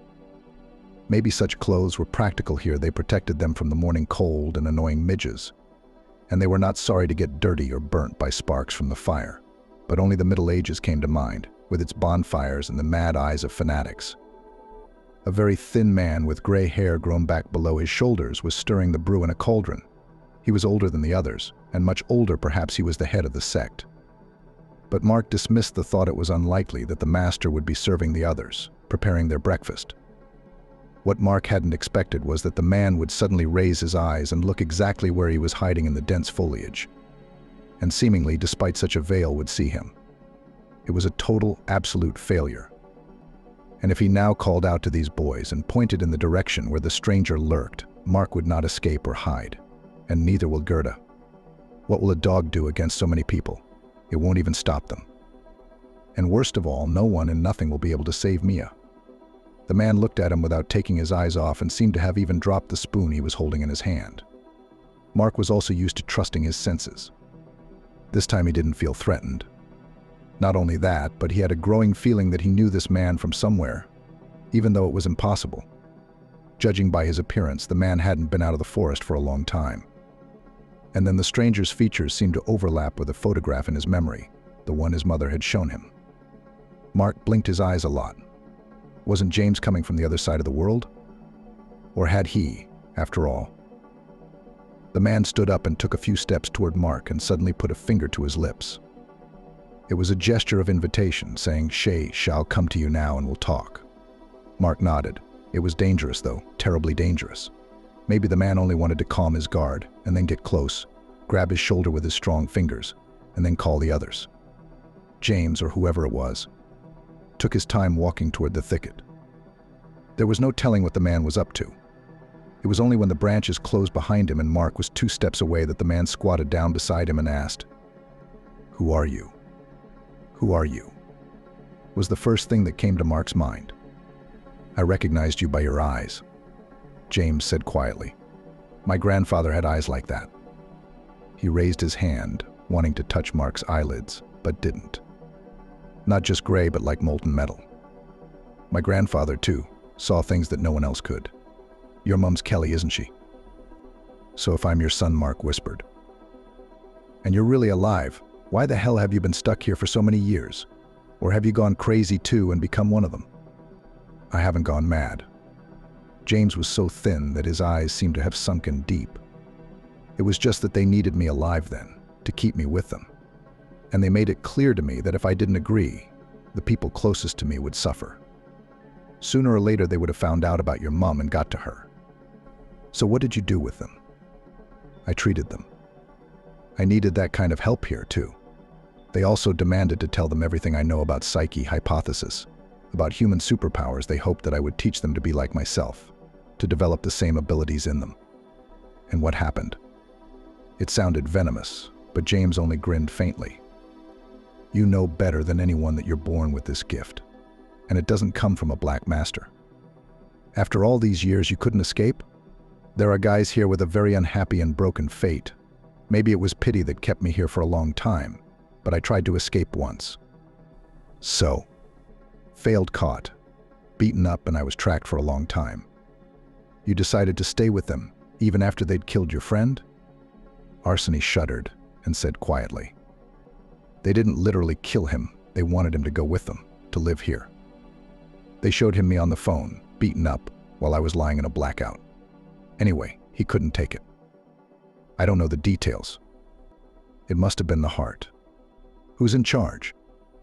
He didn't introduce himself. "I won't tell you his real name. They call him Karacourt here. He's completely mentally ill. He'd have to be on heavy medication, but that's why. Because of his weirdness, he's considered second to God. I mean, after the devil. What about you?" James apparently wanted to ask what had brought Mark here, but his son beat him to it. "So it's this Karacourt who's going to sacrifice Mia, the daughter of your best mate, tonight. Why don't you give him the knife? Will you hold a torch to the fire?" James flinched, and Mark realized he didn't know who Mia was. "Go over there, further into the woods," James said. "There's some sort of hunting lodge there, and wait. I don't know how long, maybe a long time, but I'll get her there for you." "Why should I believe you?" Mark asked. Arseny was silent for a few moments, then said sadly, "What else can you do?" Mark found the hunting lodge without difficulty, a small, old log cabin, where the two of them would have been cramped. No one had lived here for a long time, and it smelled rotten and damp inside. He let Hertha run round the neighborhood, and the sheepdog found a barely visible stream, from which they drank with pleasure, first the dog, then the master. The day was already drawing towards evening. There was still nothing to think of contacting the larger world, and Mark's spirits grew heavier and heavier. It was unlikely that Mia would be kept here for 2 whole nights. Most likely, everything would be resolved in a few hours. It would be much easier for them to drop off a body burnt beyond recognition than to hide a live girl, who of course would be searched for. Her mother would bring everyone to their feet. But now everything depended on one man, on Arseny, and he didn't seem quite normal to Mark either. How could one live for years among these ghouls and keep his sanity? Gerda was the first to hear the approach of the strangers. She jumped up, frozen like a statue. Mark put his palm on her withers. Quiet. He didn't want the dog to give them both away by barking or whimpering. James led Mia in front of him. She was barely walking. He was supporting her by the shoulder, and she too was wearing some kind of gray robe. The girl was unlike herself, tangled hair, a blank stare. What's wrong with her? Mark intercepted Mia. She's just been drugged. Can you smell it? And a bit of dope. She's been told she's going to be killed anyway, and this will make it easier for her to accept the inevitable. Now, get her in as fast as you can. But how will she walk in that condition? Mark asked, almost desperately. It's a long way. No one will chase you for a while. I promise. Stay close to the river, and as soon as you get a connection, call for help. Maybe they'll intercept you halfway down. What about you? If there's a willing victim, it's their favorite, James said nonchalantly, and before Mark could say anything, he was gone, disappearing into the fading twilight. One thing was certain over the years, even in this monstrous environment, he'd had those who were indebted to him, whose favor he'd won and who felt affection for him. It was because of this that he had now succeeded in getting Mia out. He sat alone until late in the evening, in the very cave where the condemned had spent their last hours, praying to himself that his son and his mate would reach the humans safely. Occasionally he sipped from a jug of the wine that was generously served to the prisoners. Better to let them go to the altar like somnambulas than to drag them screaming like pigs. James didn't think about himself. To be honest, he didn't want to live either. His body had survived, but his soul had been burned almost to the ground. A willing sacrifice in the eyes of the other members of the cult that justified everything. James knew that Karacourt would go ballistic. That was what happened when James was eventually brought to him. The ringleader didn't grovel to the caves. He was the only one here who had a dwelling. Psychiatry was the subject James had been worst at the Institute. But looking into those eyes, black and seemingly pupilless, and watching this extremely pale man swallow saliva that dripped down his chin, James had no doubt that he belonged in the ward behind the iron door with the bars on the window. You let her go so they could find their way to us and wipe us all out. Ends in the water. The river's close by. Consider me sorry for the girl. It's better than what you were going to do to her. James said. You took her from us. If his voice softened, it was only a little. I'll replace her. James reached out his hand towards the ajar door, and someone put a torch in it. He knew who it was. Sophia, the girl who had come to the cult last. She still couldn't get used to it. Everything longed for her mother. James raised the torch, illuminating the hut, where a single candle still burned and darkness crowded the corners. Now it was spellbound brightly. All that scary tinsel, animal skins, rat skulls, acculturation books, all those black candles. The other boys still had a chance to get out. James had told his son the truth. There wasn't a person here who hadn't been broken by life one way or another. But there was only one crazy person here. You and I would make excellent victims, he said almost affectionately to the madman. James knew what was happening this minute. Sophia locking the door from the outside. Who, us? It would have been clear to anyone long ago. Karacourt still didn't understand. You and me, James explained to him. Your master has been waiting for you for a long time. He ran his hand along the walls. Old wood, how glorious it will burn. But it doesn't work like that. It's not time for me to go to the bonfire yet. The Karacourt's voice was already hysterical. James tried the torch on the towel over there, or on the robe hanging on the nail. The Karacourt rushed to the door, but James blocked his way. At first he thought it was sparks spraying from his eyes, but then he saw something out the window he'd never seen here before, the flashing beacons on police cars. Karacourt was beating on the locked door with both palms and screaming. James, on the other hand, stood with his torch down, barely able to keep his feet. He closed his eyes, relief making him want to cry. As a child, Isabella had no intention of becoming an artist. All she wanted was to live with her grandfather. She thought she had only one grandfather in the whole world. An old sailor, long ago written off. And even earlier, many years ago, Grandma couldn't stand Grandpa's schedule of long voyages with short intervals. Grandmother, who was just over 40, divorced and then remarried and moved far, far away to the northern city of Peter. Their only daughter, Leslie, at that time studied at a music school and was considered one of the most beautiful girls in the city. Since she had a year and a half to get her diploma, and there she could already teach somewhere in the art school, they decided not to tear her from her place. But that year and a half turned everything upside down. John spent too much time on the road, too little time with his family. One vacation, he thought Leslie was in love. Too much of his blonde beauty beaming with happiness. At the same time, the rules, he was met at home by a sharply aged, maddened Ariana. Her new husband had at first allowed her to come alone to be with Leslie to babysit her granddaughter. When disaster struck, he flew in too, all gathered in one apartment, knocked into a pile of grief for which there are no words and not enough tears. Little Isabella, meanwhile, slowed to discharge from the hospital. She was born too tiny, and social services had yet to determine the guardians. Leslie was buried right in the church. They did not call the priest home, but brought and put the coffin in the center of the temple, as if the relatives hoped to beg for Natasha at least there, all the light, if so suddenly everything for her was cut off here. Ariana did not leave her daughter's body. John and Ariana had lived in this town almost all their lives, and tragedy was rare. Everyone stood with candles, and Ariana lay on the coffin, hugging it with both hands. At night, the men, ex-husband and current husband, were afraid to move away from her. They were afraid to call an ambulance, or the doctors would not have time to get there. But by dawn, Ariana struggled to get up from the couch and beckoned John into the kitchen. "John, let's go." Shutting the door tightly behind her, she said, "We need to talk. And this, pour me a vodka."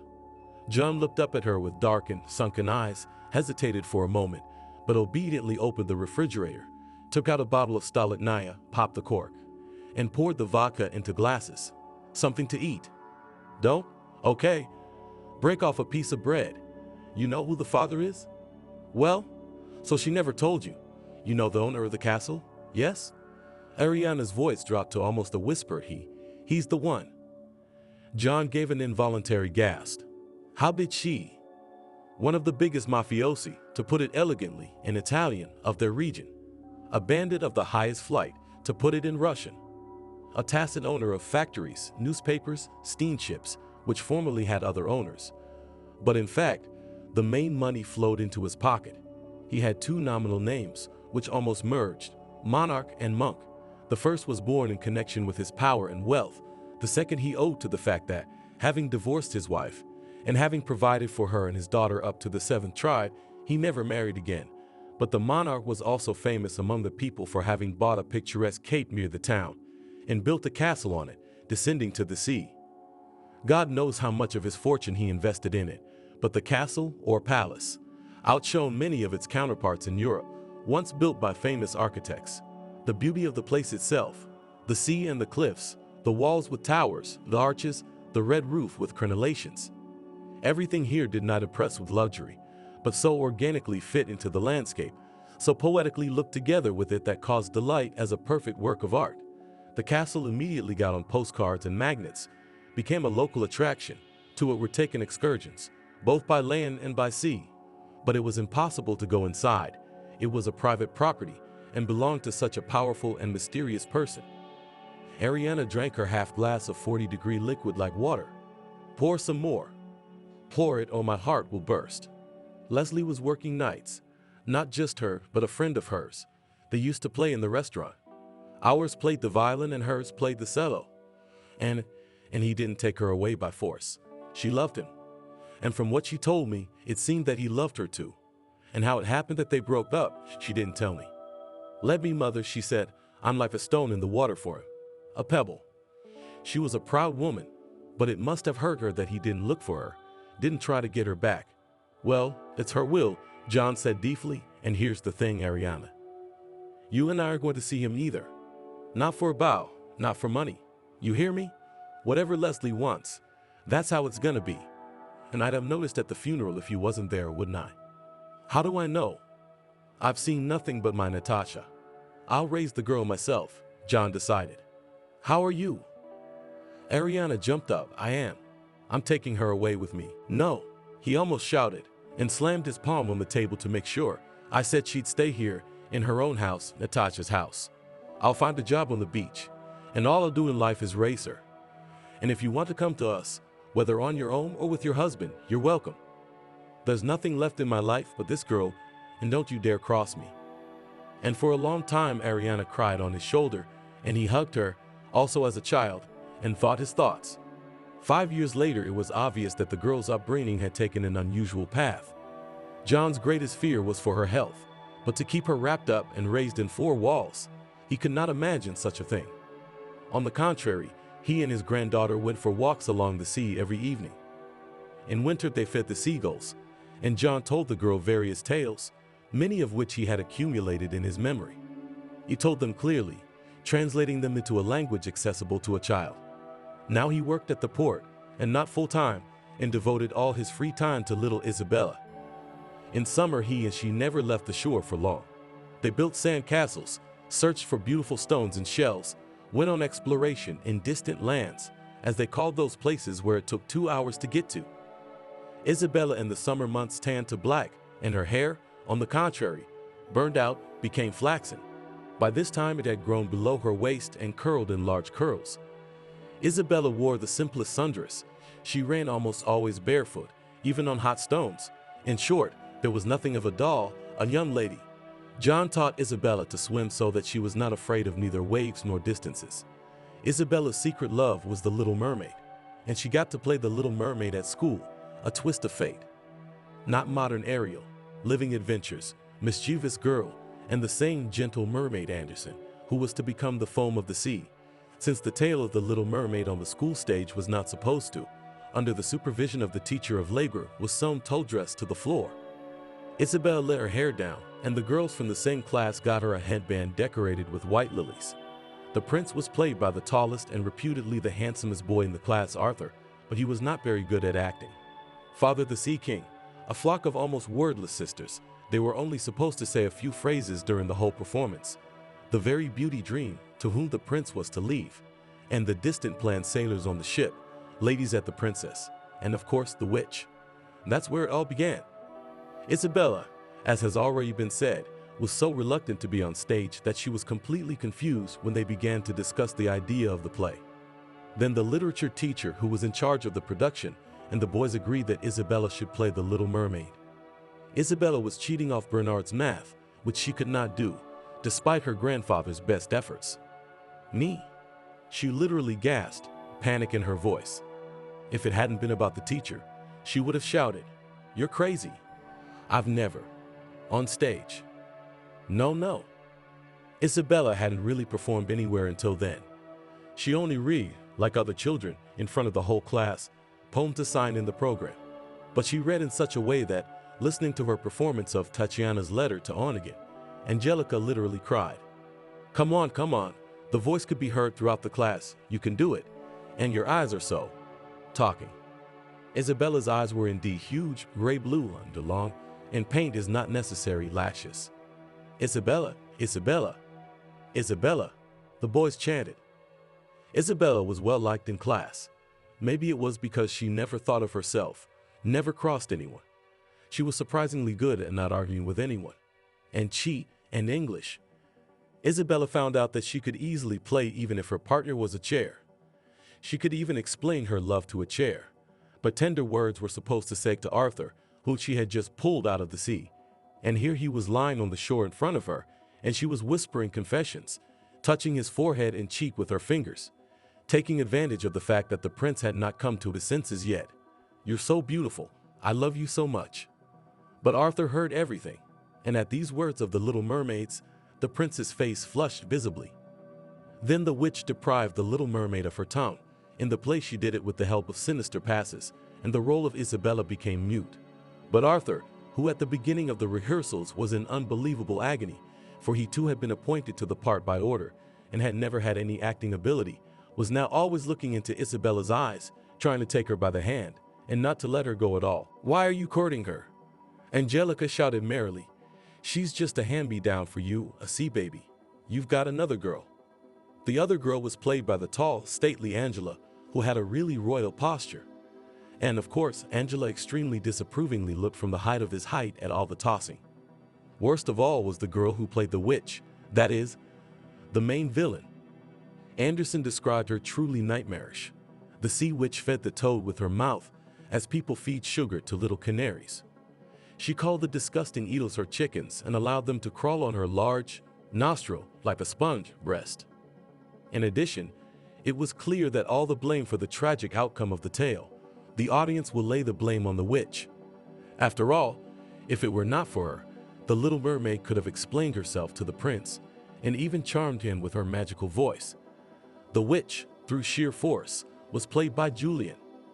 It was supposed that she would be dressed in a kind of a robe made of rye, and her face would be painted with black and red paints to make it even more disgusting. And after rehearsal, Isabella saw Julian crying in the bathroom. "What are you doing?" Isabella was frightened, rushing toward her. "I don't want to be a bobuman. You're all like that, and I'm like a garden scarecrow. And a villain is villain. So why did you say yes?" So Angelica said, "Everyone who plays will get A's in literature for the quarter. It's all clear with you." Isabella squeezed her hand tightly. "Let's go to," and dragged the furious Julian straight to the literature room, to Elena Anatolievna. She had just cleaned up after the rehearsal and was about to close the room and leave. It was 6 o'clock in the evening after all. "Angelica," Isabella said as if it were a done deal, "she's playing the Little Mermaid, and I'm playing the witch." The teacher didn't even understand what she was talking about at first, and then she didn't want to argue. No, that's impossible. No substitutions. You're such a great actor. No substitutions. This role is yours. I knew it right away. You can think about a theater career later."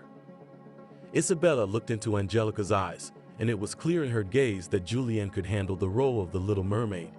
You won't dare to tell Julian that she is small, ugly. Who will see it all from the audience? And there will be makeup. Don't back down. That's what her grandfather taught her to. "Angelica, you're not going to convince me. I'll quit school," Isabella added as a final argument. "Well, where are you going to go?" The frustrated teacher slumped in her chair and asked Julian, "Do you even know the part?" Ta nodded her head furiously.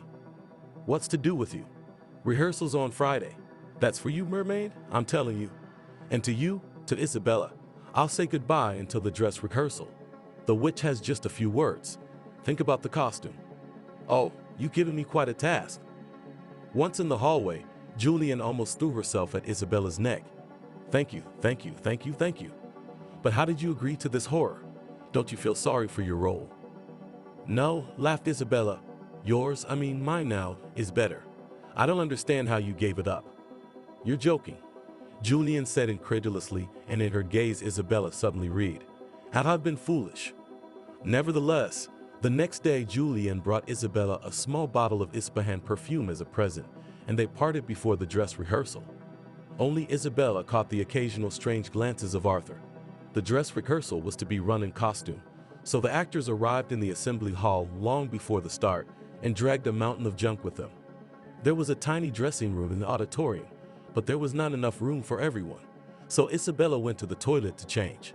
When she slowly entered the auditorium, people almost turned their heads. Yes, the dress was burlap, but damn it, there were real seaweeds running down it. They were dry, soft, brown, and dark green. They smelled like the sea. It wasn't hard at all to get these seaweeds by walking farther down the beach, and to sew them onto a dress was nothing at all. The girl's hair was held by a comb of coral twigs, and no makeup on her beautiful face, except that Isabella was too pale. Voronova stunned the teacher. Make a scarecrow out of yourself," translated by Grenard, who played the Sea King. And then he summed it up himself. "No, there's no way. You can't kill me." The rehearsal began and went on as usual. The Little Mermaid, hidden behind rocks, looked at people for the first time, saw the handsome prince on board the ship. Bernard and his friends had skillfully carved this ship out of plywood. Then Juliana, the Little Mermaid, longing, wandered among her sisters and listened to her grandmother's consolations. "Let's live happily ever after. We'll have a lot of fun. 300 years is a long time. Tonight we're having a ball at the palace." But that was no consolation to the Little Mermaid. Isabella was almost certain that in her heart Juliana had long since fallen for Arthur.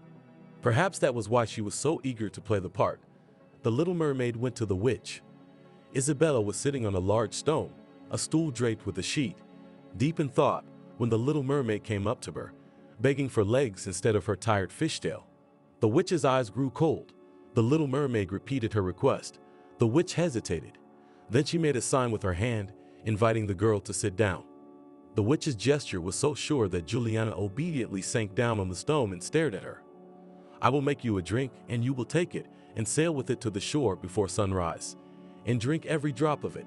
Then your tail will split and turn into a pair of slender, As people would say, legs. Isabella spoke slowly, as if she were compelling every word, but her voice sounded sinister. And Julianne, who knew the role of the witch by heart, because it had been her role before, suddenly, here in the schoolroom, among the boys, suddenly felt creepy. But you will be in so much pain. Isabella drew her face close to her and spoke as if she were casting a spell. You will retain your smooth gait, no dancer can match you. But remember, you will tread like sharp knives and your feet will bleed. Can you bear it? Then I will help you. Can you? And she dug her fingers into the little mermaid's shoulders, and Julianne could have sworn that claws grew on them, and rays of light spurted from the witch's eyes. The little mermaid's throat constricted.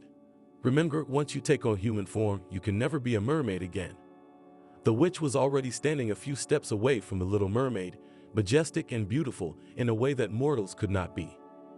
She spoke as if she had been through it all herself, as if her power had been earned. Only she didn't become sea foam, she became a witch. According to the script, the witch had another way out. At the very end, when the prince and his young wife came out to accept congratulations from their subjects, there was a thunderclap, the lights went out, and the spotlight beams began to dash frantically. What happened on stage? The audience saw in flashes, in fragments. The sisters covered the little mermaid with a white blanket, under which she squatted, and as if disappeared, turning into sea foam.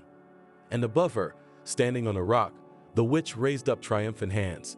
And the next day, already at the performance, with a crowded hall, and parents and even along the walls crowded, happened something that could not be erased or replayed.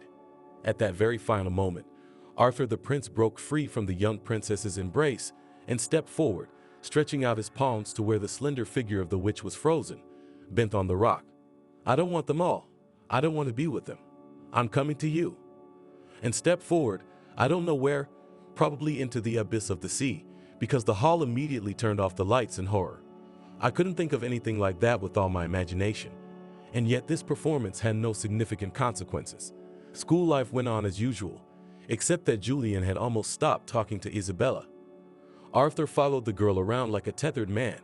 He was so in love with her that it annoyed both the parents of the guy and the head teacher, who had an extremely negative attitude to the novels of school children.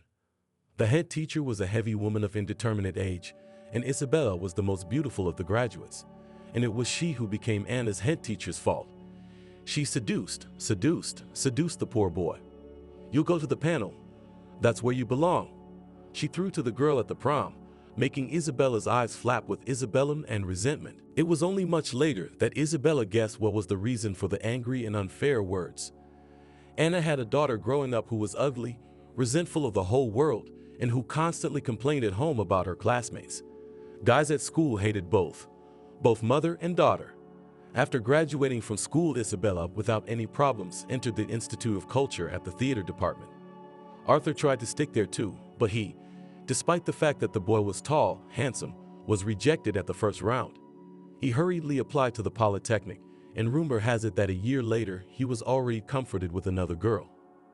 Isabella was having fun studying. Never make a hobby your profession or you'll hate it. Well, what else would I be good for, huh? Small, fragile, almost weightless Isabella in children's plays could play anyone, girls, fairies. At the same time, again, as in school, she managed not to cause others neither envy nor irritation. At rehearsals went like everyone else, in a black turtleneck and black pants, so demanded the director that nothing distracted the artist from creating images. And the last thing Isabella wanted to do while working on the play was to show herself. She thought about everything at once, how to do better. Intonation, voice, gesture. However, everyone in the troupe worked with burning eyes, sat up long after the rehearsals were over, discussed the scenery, costumes, lines of characters, argued to the horse this character is really the embodiment of evil or has a secret of its own, and why this one does not find a response in the hearts of the audience, although it seems to be right in everything. We compose songs for the plays ourselves, especially a lot of songs for the Nutcracker. Corey used to play guitar. Silver doors. The night has opened up to us. No fear, no faithlessness. Love can't be beaten. Corey would shake his head and a wave of curls would fall over his forehead. He was always ready for the most unthinkable pranks, and he was Isabella's partner in many of her plays. Corey was now always hanging around Isabella's house, getting in the way. So pretend seriously, said John. In fact, you like the boy. By this time, the family had exchanged their apartment in a 5-story building for a small house with a garden in the suburbs. Corey helped dig the beds, pick cherries, and was an ardent supporter of cooking summer meals in a cauldron over a fire. Well, it tastes different, doesn't it? He asked, when they all gathered in the great covered gazebo and tasted his coolish, smoky, like on a camping trip. And Corey squinted blissfully, like a cat licking his spoon. Coolish, essentially a penny's worth of millet, potatoes, fried onions, and bits of chicken, really did seem like the food of the gods. About whose daughter she was, Isabella knew, of course, but that was all. John didn't try to blame her father or ask for any help from him. He had explained all this to Isabella when she was a teenager. Let's respect your mom. She loved him for something, so she knew something about him that we don't. And help? It's a small world, our little town even smaller. You can't not know that you are there living, growing. If he doesn't offer to help, we won't impose ourselves. They live poorly, of course. John worked as a dispatcher at the port, and his salary, as he put it, was enough to cover his food and shame. Isabella learned to sew and knit early to update her in her grandfather's closet. Naturally, they never talked about unfashionable boots and stylish clothes. They survived like many others. They dug beds in the vegetable garden, planted cucumbers and tomatoes, prepared vegetables for the winter.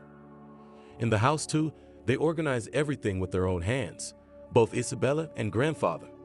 The shelves and benches were John's responsibility, and on the curtains, embroidered by Isabella, girlfriends admired, handmade, and how elegant. Monarch, aka Alex, for Isabella as if did not exist. That is, he was somewhere, but in a parallel reality. What, where, and which gangsters had, and who reigned over them all, did not interest the girl as much as, for example, all international politics, wholesale, and retail. Meanwhile, the only official daughter, Ala, caused the townspeople not only unfriendly interest, but also a lot of questions. Once, in her turbulent youth, she could arrange night races on the streets with friends. They were not too careful of their cars and bikes, although they cost those. Mother dear. Luckily, no one was hurt. Ala could buy for 3 days a graceful old palace, where the city museum was located, and celebrate her birthday there. Let the high season, let the city come to the tourists, but these days the palace belonged to Allah. Remember it, and the day of the city, Allah could not go out with everyone, and had a whim to organize a concert in his mansion. She wrote out of Moscow artists much cooler than those who performed in the town square. By the way, the gates at Allah's mansion were such that kids from art school came to sketch them. It was such a molded beauty. Then the girl seemed to quiet down, and there was a rumor that she left either on a trip around the world or somewhere in Indonesia on distant paradise islands. Allah was gone for a long time, several years probably. She did not return alone. She was accompanied by a tall young man, a blond man with the face of a movie actor, handsome from love dramas and erotic adventures. And this sweet couple began to play the family. However, everyone felt the lull is temporary. He never looked after his health. When he was young, he was sure he'd die in a gunfight. In his mature years, he did not spare himself, saying stiffly, "Business in the United States is not done otherwise." Several times the monarch still ended up in the hospital, kidney failure. As later told, hoping for high patronage later, to his bed, here even the language will not turn to say to the hospital bed, ran to the medics of all specialties, and even gynecologists rushed to offer their services. For Isabella in the theater came a huge black car. She could never identify their brands, only showed Corey with her hands. This one had this rounded butt, and the nose is very nice, with beautiful headlights. Corey would roll his eyes and say she wasn't even blonde when it came to car stuff. Blondes at least know where to read the make of the car. Isabella was called back from rehearsal. A guy of enormous stature immediately came up to her, took her by the shoulder. "Let's go to Alex's." To whom? Isabella was completely confused, not knowing whether she should grab the nearest stationary object, even that column by the dressing room, and call for help. Though against such an amassed man, who of their theatrical deadbeats could stand? "To you, Kulov." "Well, to your daddy, got it. Let's go to the hospital, he's waiting." To say Isabella was astonished was an understatement. So the monarch knows she exists? So he's calling her himself? It reassured Isabella a little to know that she was going to the city hospital, a crowded and well-known place, and not to some secluded country estate.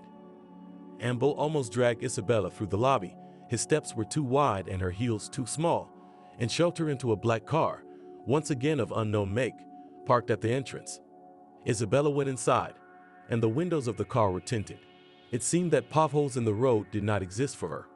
She flew over them like a bird flying through the air. "What about Alex?" Isabella dared to ask after a few minutes. Ambo sighed. "The doctors say it's unlikely they'll be able to pump it out this time. That's what I heard. His kidneys are dead. He's been offered a transplant so many times." The ambulance drove the girl literally to the doorstep of the urologist's office. As she slid out of the car, Isabella felt a great relief. But when they got to the third floor in the elevator, the ambo took Isabella to a corner of the corridor that seemed completely deserted. He opened a door that had no room number on it. I guess those who are seriously ill don't have a lot of luxury. Isabella had heard of VIP rooms, where half the wall was occupied by a plasma TV, a carpet on the floor, and an expensive cognac on the table by the bed. There was nothing in this room except a hospital bed of a complex device, they said multifunctional, and medical equipment that took up all the free space. On the bed lay a man. He was lying flat, and he didn't even lift his head to look at the people who had entered. Isabella was struck by the yellow, especially in contrast to the white sheets, color of the patient's puffy face, and the glassy hue of it. The ambulance let Isabella into the room and closed the door behind her, and though both Isabella and John knew it was coming, Isabella cried and couldn't calm down for a long time, and her grandfather sat beside her and stroked her hand. The next day, the ambulance man, whose name was actually Frederick, called to tell him where and when the funeral would be and asked where to send the car for Isabella. "I'll come myself," she protested. "The cemetery will be blocked off," Frederick explained patiently. "You don't have a car, and they won't let you take a cab. Don't wait, just give me the address." In the end, it was just the three of us. Isabella, a little girl in a black dress, John, who was afraid to let his granddaughter go into the bandit's nest, and Corey, under the pretense of protection from the same nest, but really because he always followed Isabella around. Besides, he was terribly curious, and he was anxious to see how the chief bandit was buried. In the morning, Isabella ran to the market for roses. She came back upset. "I asked for black ones, and the salesman says, 'Why does such a young girl need black ones?' Well, tell me, do you want 5 pinks and 2 whites or 5 whites and 2 pinks?" I yelled, "Give me 6 black ones, my father's dead." Even those who knew Isabella could hardly recognize her in the faceless black dress, the black headscarf hiding her hair, the dark glasses. She wanted to be seen as little as possible by her family and friends. Suddenly she had a daughter from somewhere, and what Alex had with her mother. She considered it a secret and the most precious thing to the two of them, and she didn't want it to be touched. I mean, eyes and tongues. She'd stand there, say goodbye, and disappear. She would hope that no one on her father's side would ever think of her again. Frederick appeared as a true lord, in an iron suit and white shirt, sullen and businesslike. He said to Isabella, "Tell him to be at the notary's office by 11 tomorrow. Here's the address and phone number." "Why?" "They're going to read the will." "Yeah, you don't have a car. I'll take it." She stood for a few moments, then timidly, with cautious steps, approached the bed. The patient must have heard her footsteps and tapped his fingers on the blanket, saying, "Come here, sit down." Isabella came closer and sank down on the hard chair beside the bed. Now the man was looking at her and she at him.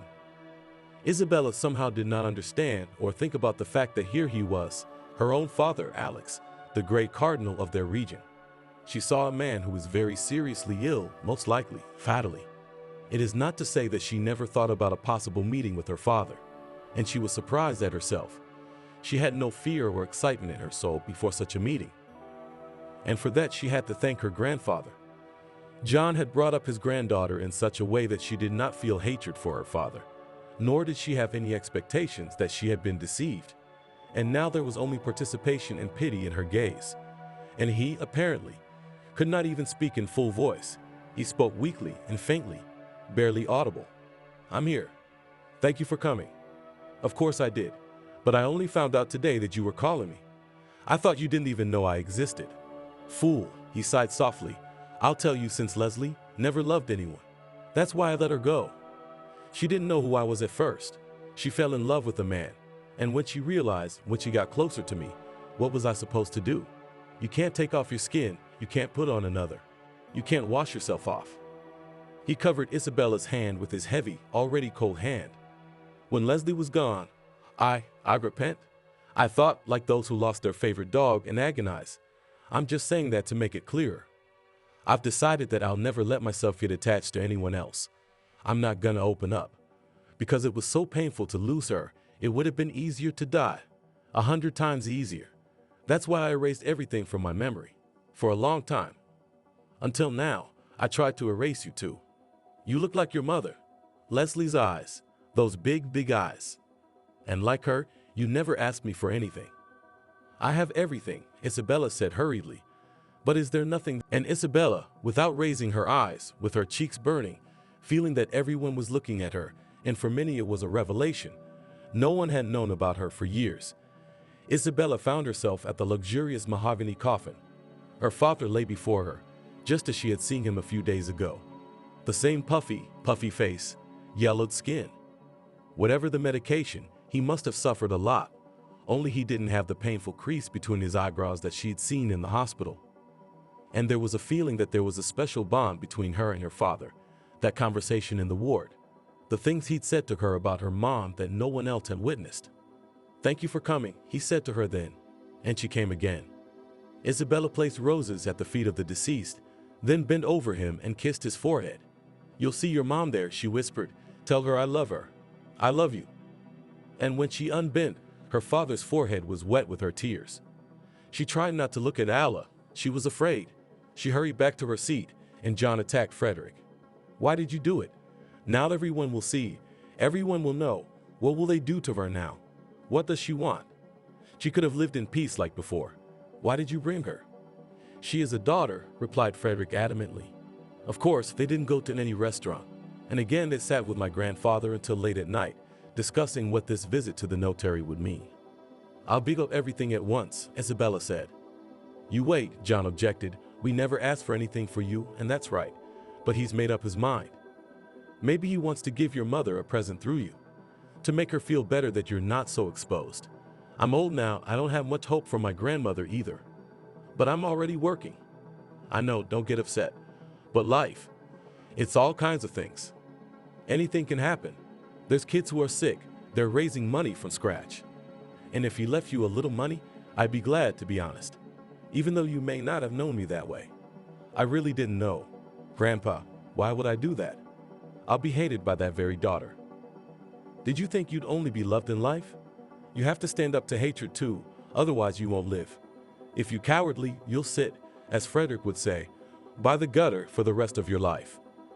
Besides, I don't think he's hurt his daughter if he even remembered you. Though, he has a difficult daughter, but I think he didn't hurt her. So you take your time, listen to what they tell you, and then we'll talk about it at home." The next day, John and Isabella went to the address. They were astonished when the receptionist, upon hearing the name, was as gracious as if she had been to the most important clients. "I have nothing to do there," John decided. Nodding at the notary's office, "I'll wait in the waiting room. Maybe they'll throw me a newspaper." The girl was even more pleased. Apparently that was how Isabella was supposed to enter the office alone. Of course, in magazines and coffee, or perhaps you prefer tea. Sugar? Cream? Cake or cookies? John winked at Isabella, saying, "I won't be lost here, you see," and the girl entered the office with a calm mind. Emma, the notary, turned out to be an old woman.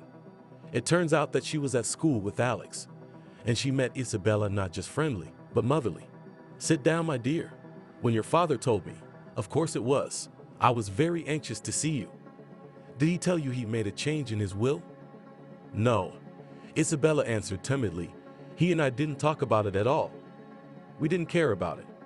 "But how?" The notary seemed dumbfounded. She adjusted her glasses, then took them off and looked at Isabella without her glasses. "He must have made a deal with you." "We saw each other for the first time. The last day of his life. We talked for about 10 minutes. He couldn't take much more, and we had more to talk about than wills." The notary coughed. Then let's wait for Allah, and then I'll read the will in front of her."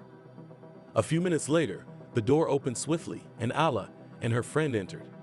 She was still in mourning, but it was a very stylish mourning. Black silk blouse with fine embroidery, black pants and high boots. She hardly looked at Isabella, said hello to Emma, and sank into a chair. But Isabella caught the very intense, appraising gaze of her friend. This handsome young man. He was looking at her so confidently and so shamelessly, as if he could offer to make love to her right here in his office, and it would be no big deal. Isabella stirred, clasped her hands. Compared to these masters of life, she seemed like a girl, small, thin, in a black dress on the corner of a chair. And why should she do all this when she already had everything in her life? There is a house, there are those whom she loves, there is a theater where she can be from morning till evening, there is the happiness of creative work, there is the sea. There is life ahead, in which there can be so much more, and new roles, and travel, and people with whom you can be friends. She listened to the notary listing what Alla inherits. Cash sums, stocks, more stocks. Some kind of cosmetic clinic, restaurants, several, I think. Real estate, more. Isabella stared at her clenched fingers, wishing with all her might that this friend of Alla's would finally take his eyes off her, and for it to be over, and for them to be let go. And suddenly, there was a dead silence. Isabella raised her head in fright and saw that Alla was staring at her and swallowing her saliva so hard that it was audible. "What?" she asked guiltily. "Did I miss something?" "Isabella, you get the real estate." Even in her voice you could hear that Emma sympathized with her. She said it in a completely different tone. And then there were numbers, meters, address, and seeing that Isabella still didn't understand anything, the notary specified, "You get the castle, the very same one, and a monthly maintenance of 100,000 rubles. When were the changes made?" Alla's voice was sharp and hoarse, as if she hadn't opened her mouth for a long time and suddenly spoke. And the notary's voice sounded impassive. "May 7th, 5 days ago. So you went to see him at the hospital? Why didn't anyone tell me? Why didn't you tell me my father had changed his will? I'm sorry, but I don't have to do this. Besides, it was my client's wish. But then you could call to tell me what he cheated on." Emma took off her glasses again, her tone cold. "I beg your pardon?" "He left, but I stayed, and that's something we could have worked out with you. Do you realize?" Alla shouted, "Do you realize that I'm going to argue?" "That's your right," the notary spoke calmly and measuredly. "But I doubt you'll succeed. With mutual desire, you can make an agreement with your sister." "With whom?" Alla asked in that mock humiliating tone, as if she were being asked to marry someone from the untouchable caste. Her companion covered her hand with the palm of his hand in a soothing gesture. "Alla, calm down. We've discussed this option." The woman wanted to say something else, but she rose abruptly and headed for the exit, leaving them with the bitter smell of perfume. Her friend stood up, waved his arm slightly, apologizing, and followed her. Isabella couldn't get up. Her legs, arms, and everything else that could shake were trembling. "Baby," said Emma, "can I give you some Corvaline? Or shall we just open the champagne?" For the past few years, Alla had been able to lead the kind of life she liked.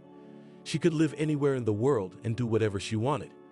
She began to study philosophy out of nothing to do. She was staying in Thailand at the time, and Buddhism, so to speak, was at her disposal. But Alla did not last long on the way to nirvana. By nature she was hard, sharp, and her previous life had made an additional imprint on her. Alla remembered her childhood very well, which was in the 90s. No, her family did not starve. Her father would never have allowed it. But it was at that time she realized that all the issues that life throws up, you need to solve quickly, as if you are carried by the river and ahead of the rapids. That you cannot pity anyone. You will certainly and meanly deceive. Often it will turn out that the one you pity lives much better than you. And even if he doesn't, he won't help you. If you are in trouble, people are ungrateful. She realized that you can't get anywhere without cruelty. Alla remembered how they had moved from the old apartment to the mansion, and it seemed terribly large and uncomfortable. Although there was everything, and a large open terrace, and a tower with a winter garden, and a lot of rooms, which she never tried to count. The mansion bordered on the forest, and on winter evenings to look out the window was creepy. What if there were wolves? Her mother only waved her away. "What wolves?" she said. There was no one scarier than the couples in love who came here, at the end of the forest road, to kiss in silence, in the lap of nature. My father was laconic. 3-meter brick fence under video surveillance, barbed wire, dogs, not enough for you. Then at school, Alla could hear the conversations behind her. The place where her father and a few other acquaintances had built their houses had always been something of an extension of the city park, and no one liked the fact that now there were owners here whose peace to disturb, undesirable. But my father never gave a damn what anyone else thought. Not giving a damn is a polite way of putting it. He'd say, fuck it. Then there was the dog. A car hit a dog on the road in front of their house. It's rare, in general, cars pass by here, if only a few times a day. The poor guy was just unlucky. It wasn't their dog, an unfamiliar mongrel. Allah heard a shriek, ran out through the gate, and saw this little reddish dog. Bloody, twitching convulsively. She ran after her father again, because he was the only one who could tell the chauffeur to take the dog to the vet. Her father went out the gate with her, took a quick look, and went back into the house. A couple minutes later, he returned with a gun, and with one accurate shot, he ended the doggy's suffering. Allah sobbed then, and her father gave up. Now he is not in agony and has gone to his own place. Dad was gone a lot, not only for long anxious nights, but for weeks. Mother would lie awake with fear for him, walking through those empty rooms, up and down the stairs, pale, crunching her fingers. Then she was overcome with anger and shouted that that bastard had probably had a lot of mistresses long ago, and they were sitting here like in prison, and they were not allowed to go anywhere. And it was true. The fence was up, but there were guards around the house all the time. The servants did the groceries. Mothers rarely enough, 2 or 3 times a month, could take the car and go shopping, accompanied again, damn him, guard to go shopping or to visit friends. Allah was taken to school and brought back. I'm sick of it, screamed the mother. She was young, beautiful, elongated green eyes, long Isabella root earrings along her cheeks. Why the hell did you lock me in? She almost shrieked. I want to go to work, to people, to the gym, to the pool. You've got a pool in the basement. You can drown yourself, my father said. Can you understand that I know they can't get to mine here behind these walls? Or do you want to go to your fucking office, you fucking accountant? She's got nothing to eat. Ada was allowed to invite her friends to visit her sometimes, but her parents did not allow any of the girls she knew to visit her. Then this period ended. Her father, if I may say so, moved to a new level. His influence and power became too great for anyone to dare to raise a hand against him or his family. After the 90s ended, the bandits had to hide their weapons, get out of their trons, and behave like good citizens, or to disappear unnoticed.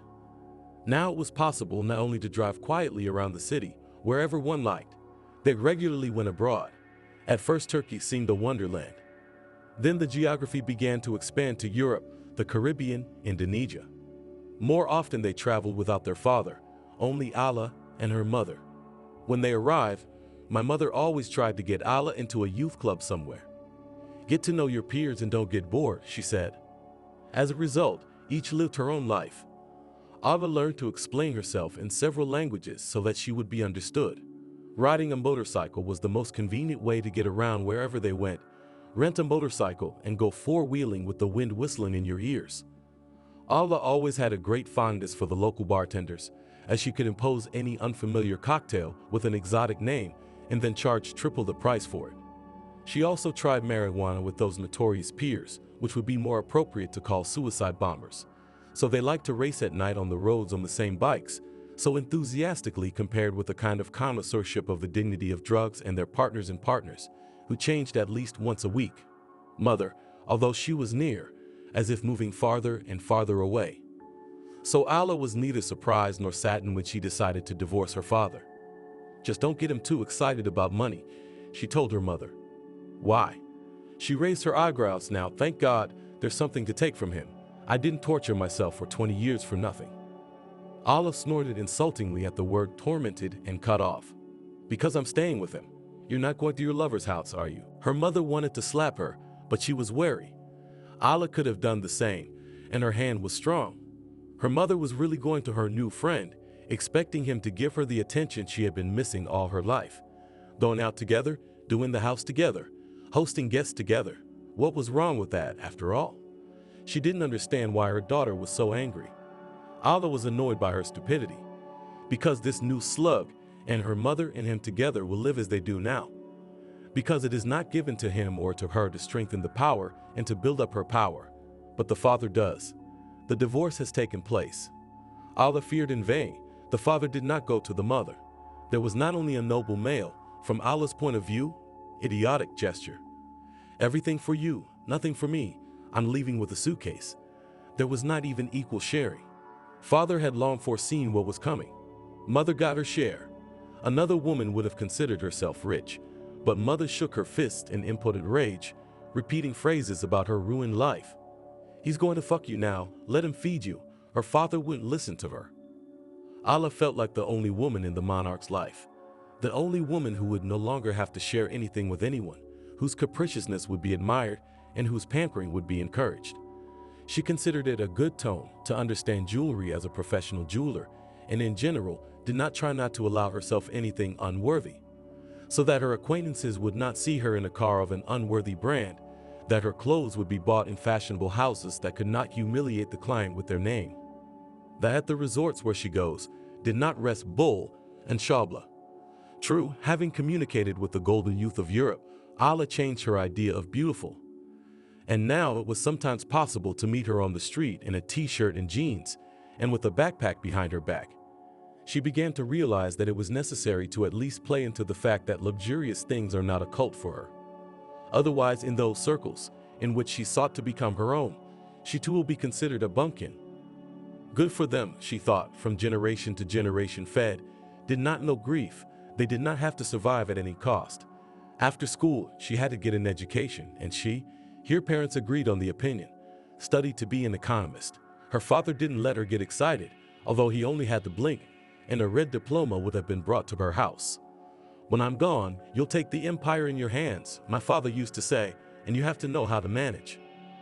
And Allah, not daring to disobey, went to classes and took exams, but she was used to disobeying, to living her own way. That's why from time to time she had a breakdown. Then there were those races on the night streets, but it was good that it was not. She was still on drugs then. She could urgently zabandariat, right in the middle of the night, right after a night of drinking, to confess, and she drove to the temple, beat her fists and heels in the heavy oak doors, demanded to open it and immediately absolve all sins, and if the bishop was not something like a friend at home, did not come to the castle to listen to organ concerts, my father specially wrote out musicians, the scandal would hardly have been hushed up. Father refused when she celebrated her 25th birthday and wanted to invite his company to Gudadut in the castle. But the castle, which cost fabulous money, had some special meaning for his father. He rarely let strangers in, reigned there himself, was within these walls really monarch, resting from the bustle, listening to the silence. He walked along the corridors, which made one think of the Middle Ages, in a long row, with his hands behind his back, and God knows what he was thinking about. Like any unattainable toy, the castle beckoned Allah most of all, and she kept a watchful eye on whether her father was going to marry again. That would be the worst of all. After receiving her diploma and trying to join the affairs of the empire, Allah quickly got bored and asked for a vacation, from which she has not returned since. She enrolled in the correspondence faculty of philosophy. It was mysterious and beautiful, a woman who Isabello's philosophy. And she went to the East. She wanted to write her diploma on one of the Eastern religious movements. Allah stayed in Japan for a while, then lived in Indonesia for a few years. Somehow she liked everything here. She loved contrasts, the luxury of the villa she rented and the simple, frank life of the tropics, where you can walk almost naked, eat salmon, just out of the sea and into the frying pan, and spend nights breathing in the scent of exotic flowers. She moved to Thailand where she met Mickey. God knows what he was doing there. She was living in Samui at the Conrad Hotel, and she wanted to stay there for a long time. In the mornings, and she got up early, she would sit on the sofa on her balcony, breathing in the fresh Gulf of Thailand breeze that ruffled her hair. And then to read philosophical treatises, sprawled on a huge bed and looking out the panoramic window at the silver surface of the bay and the sinking islands in it. Such a way of life is very disposed to philosophy, and a round bath with flower petals, and long sit-downs in a restaurant that looked like a pagoda standing on the shore. What was Mickey doing here? An American, by the way, and according to the opinion of those living in Conrad, an incomparable billiard player. Maybe Allah fell for his hands at first sight, hands with such sensitive fingers, hands that always struck the right blow. Mickey's hair was whitened by the sun almost to a flaxen color, and his eyes were as clear as this water, in which Allah entered every morning, wearing only thin strips of bikini. They got together quickly, talking in the restaurant like old friends, two compatriots. There were no Americans except them and Conrad then, and all the time to talk in English, a green boredom. If you swear, they won't understand, they will smile kindly and bow almost to your waist. And Allah was already tired of not having sex by that time, and with him sex was truly royal. Mickey let her enjoy it as much as she needed, until she was exhausted, and he enjoyed it himself. "How long have you lived here?" she asked him once. He shrugged. "Second year." She also did not know, nor did she try to ask in detail, what he did in life. "I play the stock market," he said, and that was it. Good thing it wasn't in a casino, she snorted, although basically the same shit. As good as Allah's life had been before Mickey, it had taken on a different meaning with him. They had gotten caught in a storm while sailing on a yacht, and although there are no big waves in the Samui area, they had been lucky enough to get battered. It was the first time Allah had experienced such a feeling of fear, and Mickey laughed. "You stick around till summer, I'll show you a real storm in the Indian Ocean, when the water is boiling and the whole world goes wild." He wasn't afraid of anything, and she, never one to venture into the extreme, had traveled with him to the jungle, and they'd spent the night wrapped in the same blanket, still gritting their teeth in the morning. She didn't think about the future, as long as she wanted it to go on like this, and they stayed here, the two of them in this tropical paradise, and every day they molded their world with their own hands, molding it into new shapes. And then she got a call from home from this parallel universe, telling her that her father was dying and there was no chance, and she had to do what she wasn't going to do in the next few months. Isabellum flight schedules, buying tickets, ordering cabs, packing her bags. She was afraid Mickey wouldn't go with her. She couldn't be sure of anything with him, but he took it for granted that he would go with her, and Allah was deeply, tearfully grateful. "We'll go to the castle," she said. "It's nice there too. I'll take care of things, find out what's going on, and then we can come back here if you want. I'll make sure you don't get bored there." And in the airplane during the long flight, she held his hand, like a little girl who was afraid of being left alone. And now when her father died, as everyone expected, something happened that she could not have dreamed in her worst dream. The empire was sailing away. She had never heard of her father's mistress, that wench with whom he had lived long ago, and for some reason had not sent her away, as he had once sent her to her mother. To his mother he did not consider himself indebted, and here. And this newfound sister, which was not enough to wipe off the face of the earth. Yes, Allah would be desperately sorry if she was allocated at least some modest content. She would try to repel even that. And now the castle was floating away, the jewel in her father's inheritance. And the rest of the inheritance wasn't just passing into Alina's hands. Economist after all, she grasped the essence of the will at once. Not like this hen, who blew it all. Allah had at her complete disposal a trifle scraps, a cosmetology clinic, a couple of restaurants, a block of stock. And those enterprises which openly and unofficially belonged to his father, there were still their managers, and she could only have a percentage of income. To dispose of all this she could not. Father has it telling her from the other world. You did not become an assistant, hanging out in their resorts, did not learn anything. Suck now paw, look into other people's hands, how much they sprinkle you feed. She heard his sneering voice. Her sister, who was a newcomer, received a pittance of money though, and she would also receive it every month on her account. But the castle, and the means for its maintenance, so that she would not have to spend on it herself. All this fell into her hands as a ripe fruit. All this was completely unfair, and Allah was rushing around the family mansion. And now she was not allowed to go into the castle, ready to smash everyone and everything. Mickey, sitting in an 18th century chair, was watching her with the same calm, mocking gaze that he always had. "Are you going to leave me now?" she asked suddenly, stopping in the middle of the room. "Come on, my kitty, what are you talking about? I don't understand why you're freaking out. A young girl, poor, inexperienced, nobody knows her. The problem can be solved much easier, believe me." They had to get used to the idea that everything in their lives was going to change. Isabella had been released from the theater for 3 days, and they couldn't wait any longer. "What if I had gotten the flu?" she asked Corey. And then there was this long distance call on their old broken down telephone on the nightstand. Every time they picked up the phone, he and Grandpa didn't know if they would be able to talk, if they would be able to hear, and this time they heard perfectly. A light, somewhat mocking female voice answered her yes, and asked, Isabella? Yes. Hello. This is Allah. Isabella was already clinging to the nightstand. I wanted to invite you to my place. We need to talk. You understand that, don't you? No, I'm not going to take anything away from you, challenge you. We just need to meet. We're alone now, after all, daughters of the same father. You don't have a mother either, do you? Isabella paused. She needed to deal with her excitement. Where do you want to see me? Can you do it tomorrow? 6 o'clock? I'll be rehearsing. Yes, I know you're playing at the theater. 8 o'clock? 9? Feel free to make an appointment. You'll be picked up and dropped off. I live in Sunny Beach, you know. Will you come? They agreed on 8 o'clock. After hanging up the phone, Isabella recounted the conversation to the men. They were as stunned as she was. She changed her course abruptly, John said. Just now she was ready to eat you, and now she's tailing you. Are you seriously going to go? Corey asked. Isabella nodded. I'll go. She's not really gonna kill me.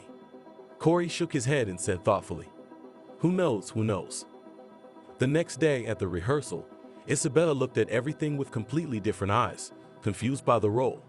She arrived at Allah's house when it was already dark. The neighborhood was alight, occupied part of the coast. The sea splashed under the windows of these mansions. Strangers couldn't get here. They wouldn't be allowed in. There was a guard post and a barrier. It was not for nothing that Allah had sent her car to pick Isabella up. The gates were welcomingly opened, and Allah met her on the porch. If you look for it yourself, you might get lost, she said with a laugh. Stone Forest. If you don't make arrangements in advance, the owners won't open the door. Have you done all your chores? Come on, let's go. She led Isabella into a spacious hall on the first floor. It was a hall, not a large room. It was decorated in a modern style. White, black, gray, the bare minimum. Glass, leather, metal. When they sat down, sofas and a low table stood in the center of the room. Allah intercepted Isabella's gaze as she looked at the fireplace, where the electric flames flickered. I don't live here much, she explained, but I need a fireplace here. It gets chilly in winter. And I don't want to bother with a real one to heat it. I don't even want to wait for someone to do it. I'm lazy. But here I turn it on and it's warm. It was as if she was beginning to recognize Isabella as her equal, allowing her into her world. No, he almost shouted and slammed his palm on the table to make sure. I said she'd stay here in her own house, Natasha's house.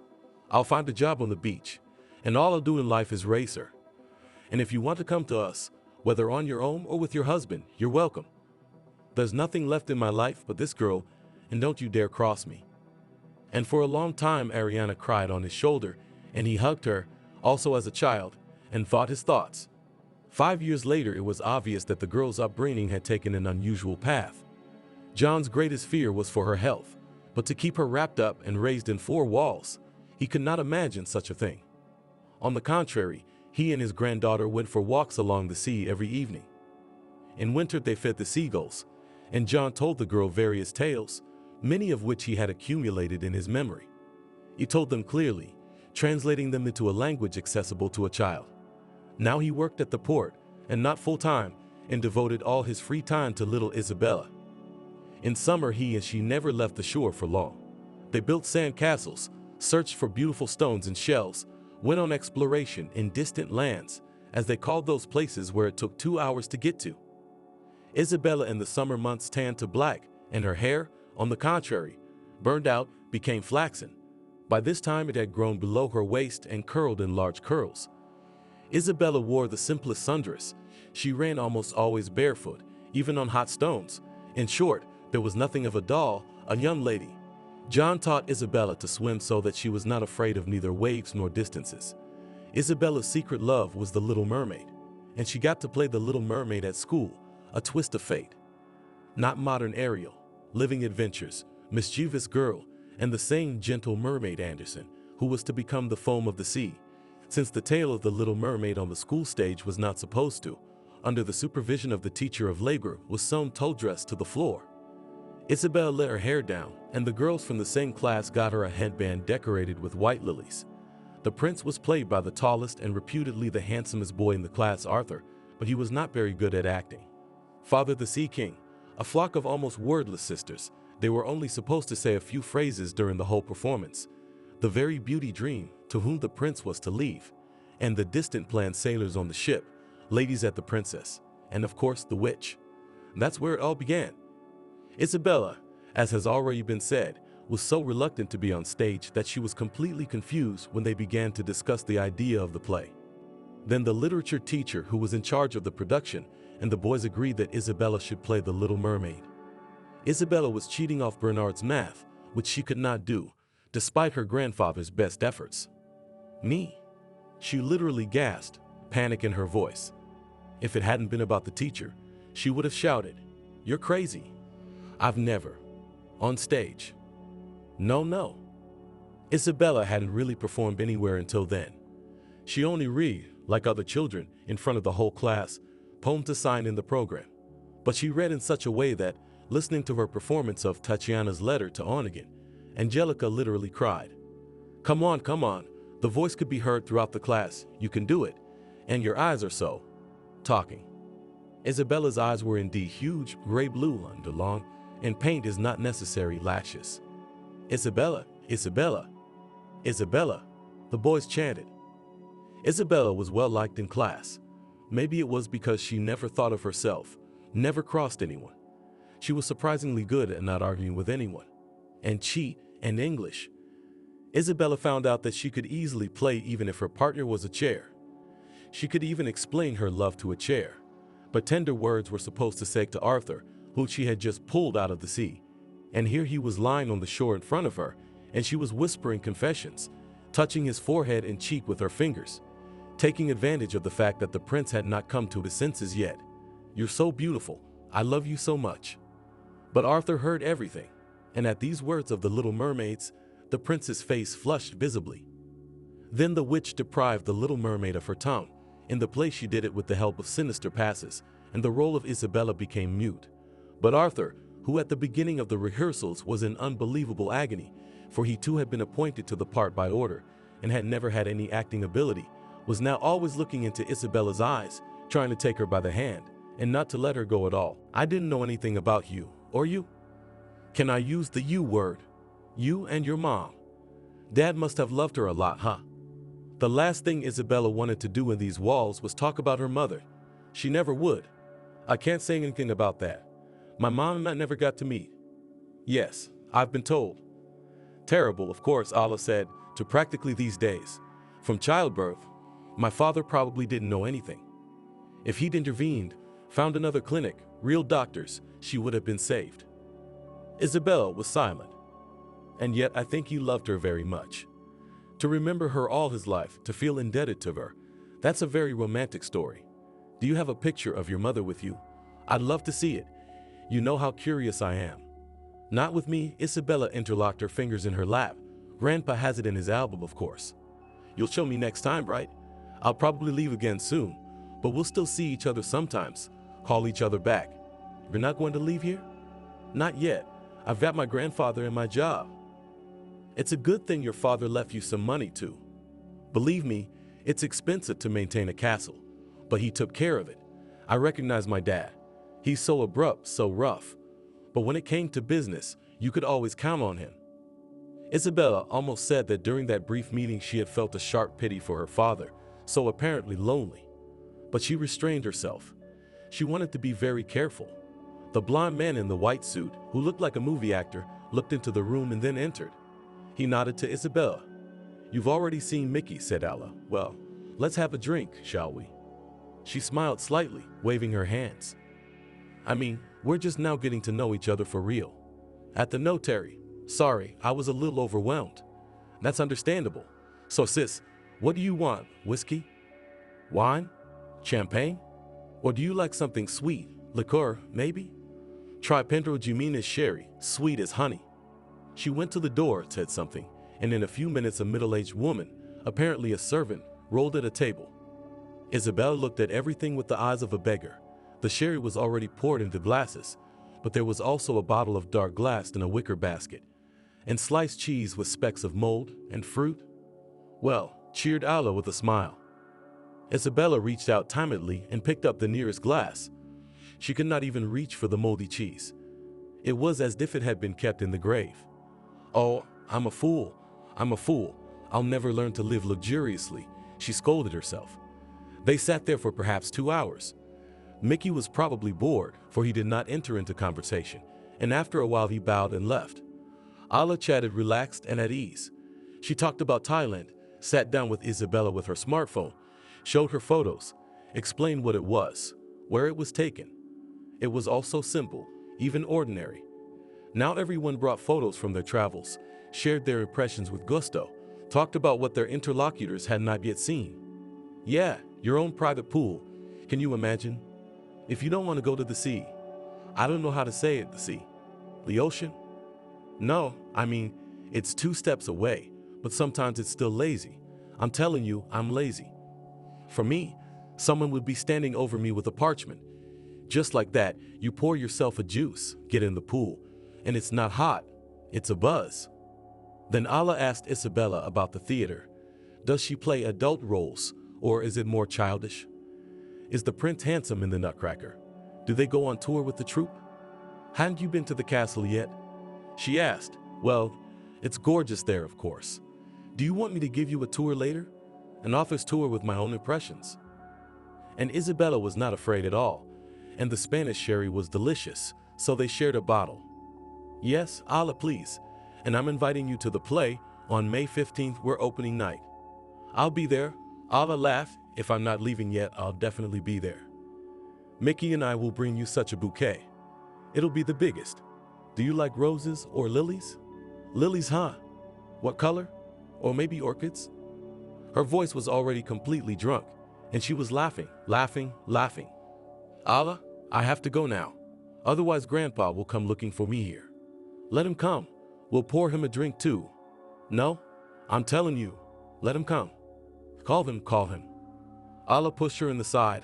I want to see your grandfather. You're lucky to have a grandfather. Ala, stop it. You're going to fall asleep, and I can't get out without your help. Call me a cab. Well, what cab? I told you you'd get a ride. I'll call you. Isabella didn't get home until the 2nd hour of the morning, when John was already fumbling at the gate, darting out into the street and looking at the road. What was that witch up to? And when Isabella arrived, he had not even the strength to scold her, for he was so relieved. Ala was lying in her bedroom, across the huge bed, crying in her sleep. The sherry must have been very good indeed, for the next day Isabella did not even have a headache. Grandpa, I'm sorry. Why you my fool, why you? He wondered. How could you? I'm the one who tormented everyone. I'm the one who started all this, with the inheritance and everything else. John rubbed her head. It was important to him that everything end well for her. He drank a glass of the strong cherry wine he'd left over from last year and reached for a pickle.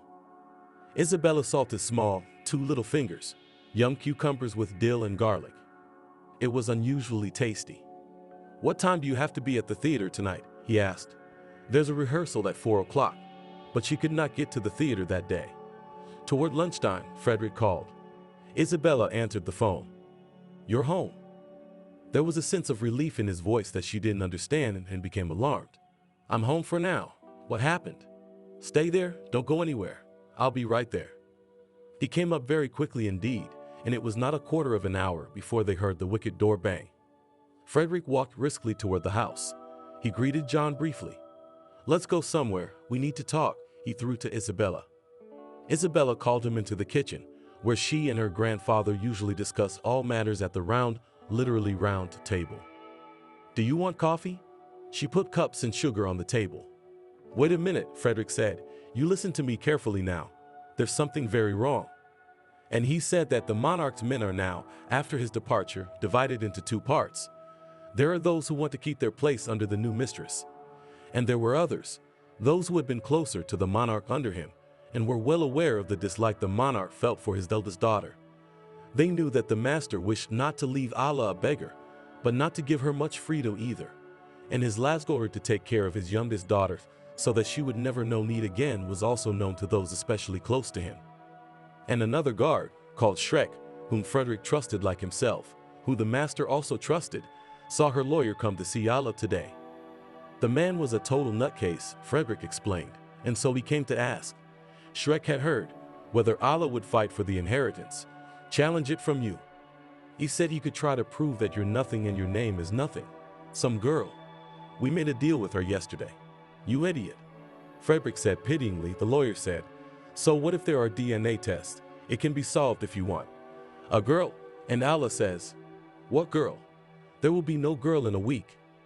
Isabella turned pale. It was a good thing Grandpa couldn't hear. She sank back in her chair. Does Allah just want to kill me? We don't know what she wants yet, but we'll figure it out. Why don't you just go away, and quickly? You don't have to think about where you're going. Your father has thought of everything for you. Frederick took a sealed envelope out of his jacket pocket and handed it to Isabella. There was no inscription on the envelope, but the yellowing of the paper showed that it had been in Frederick's possession for a long time. The monarch told me back when he said, if she's in any danger, send her there. But where to, my God? I don't know. I'm not supposed to know. And no one can know, not even your grandfather. Not a living soul, so you don't say anything. We know how to ask. Don't you go pale, dear. I'll leave now. You open the envelope. You'll collect the money for your things. Another envelope, much thicker than the first one. No cabs, understand? You go to the highway, hitch a ride, and I don't want you here for a while. I'll follow you to the back, though, so that if anything, and Grandpa, and Corey? Frederick thought for a moment, looking at his lowered hands, then made up his mind. All right, call your grandfather. Nan you all to hell. John couldn't stand it when he found out what was the matter. She's a child. Screw you and your gangsters, your inheritances, your relatives, your castles. Leave her alone. They won't, Frederick said. Even if your granddaughter gives up everything, Allah won't risk it. So, grandfather, pack your bags too, and think of a place to disappear to. For 2 weeks at least. I'm not letting Isabella go alone. John shouted, I'm going with her. Of course you will. The monarch, if he sends her to a safe place. And if he doesn't write anything about you, it means you can't go there. They don't give a shit about you, but they'll cut you to ribbons to find out where your granddaughter is. So we can't know anything either. John paced and paced around the kitchen. Then he would take his head, then turn and walk swiftly to the window.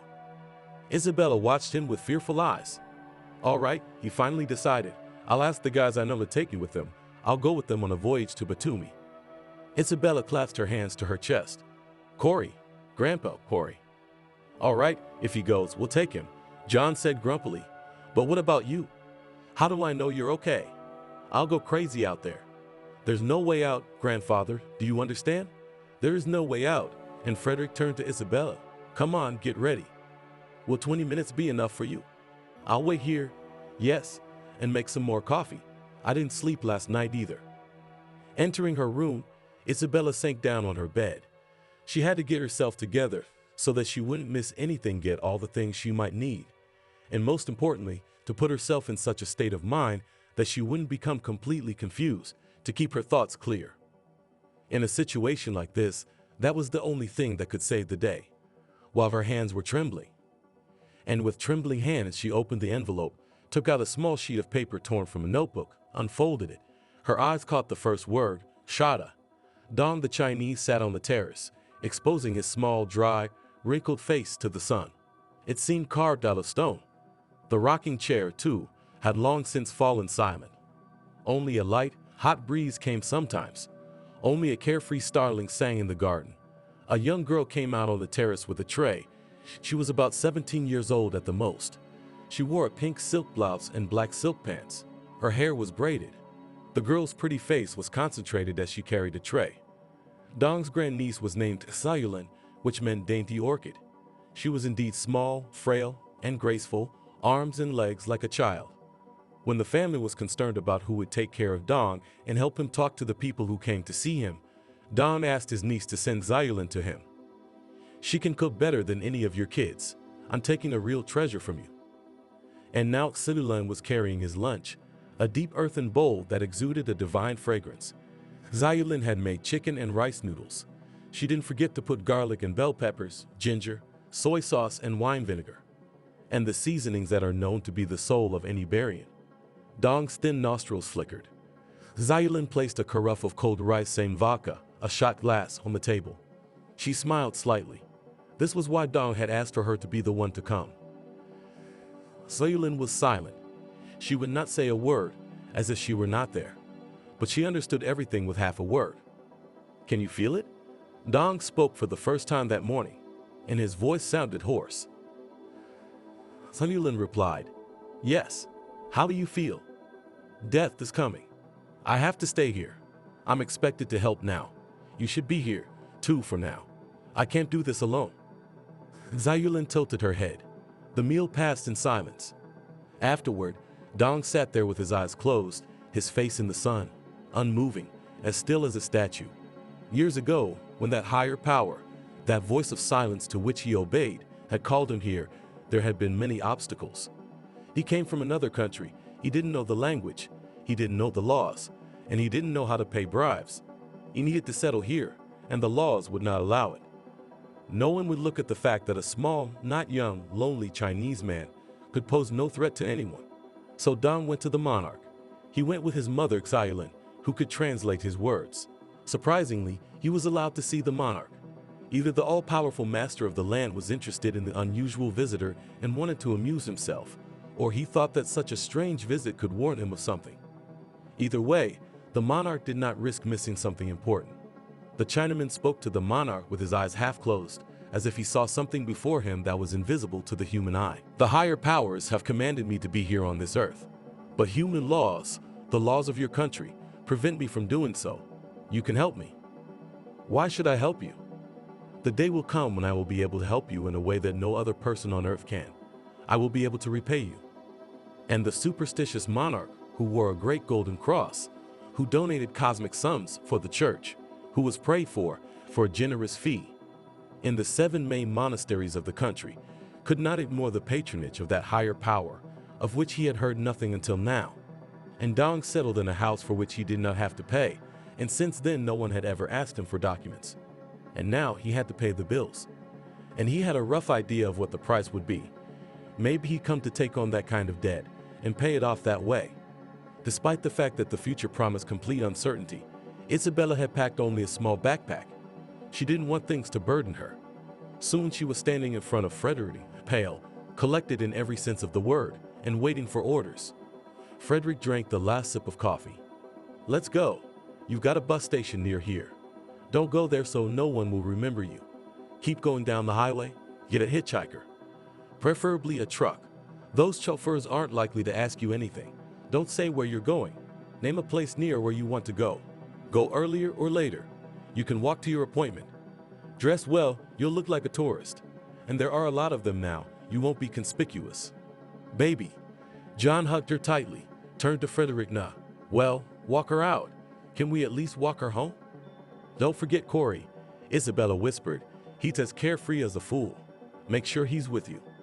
"I'll walk her myself," Frederick said and stood up. "Just don't look back, you hear? I'll be about 100 feet behind you." Isabella arrived in Pshada in the late afternoon, and it took her a long time to get there, so she had lost track of who had driven her to where. She remembered the address, and it was not without difficulty that she found the house of an old Chinese man in a small village. There was a bell at the gate, like in a fairy tale. "Pull the string." And indeed, when she pulled the string, almost immediately light footsteps sounded, and a teenage girl opened the gate in front of her. There was no doubt that she was related to the Chinese. Zayulin bowed slightly. Then she spoke to her on the phone, telling her her story. "Come in, we're waiting for you." She went ahead of Isabella to the house, straight as a string. Pink blouse, black pants.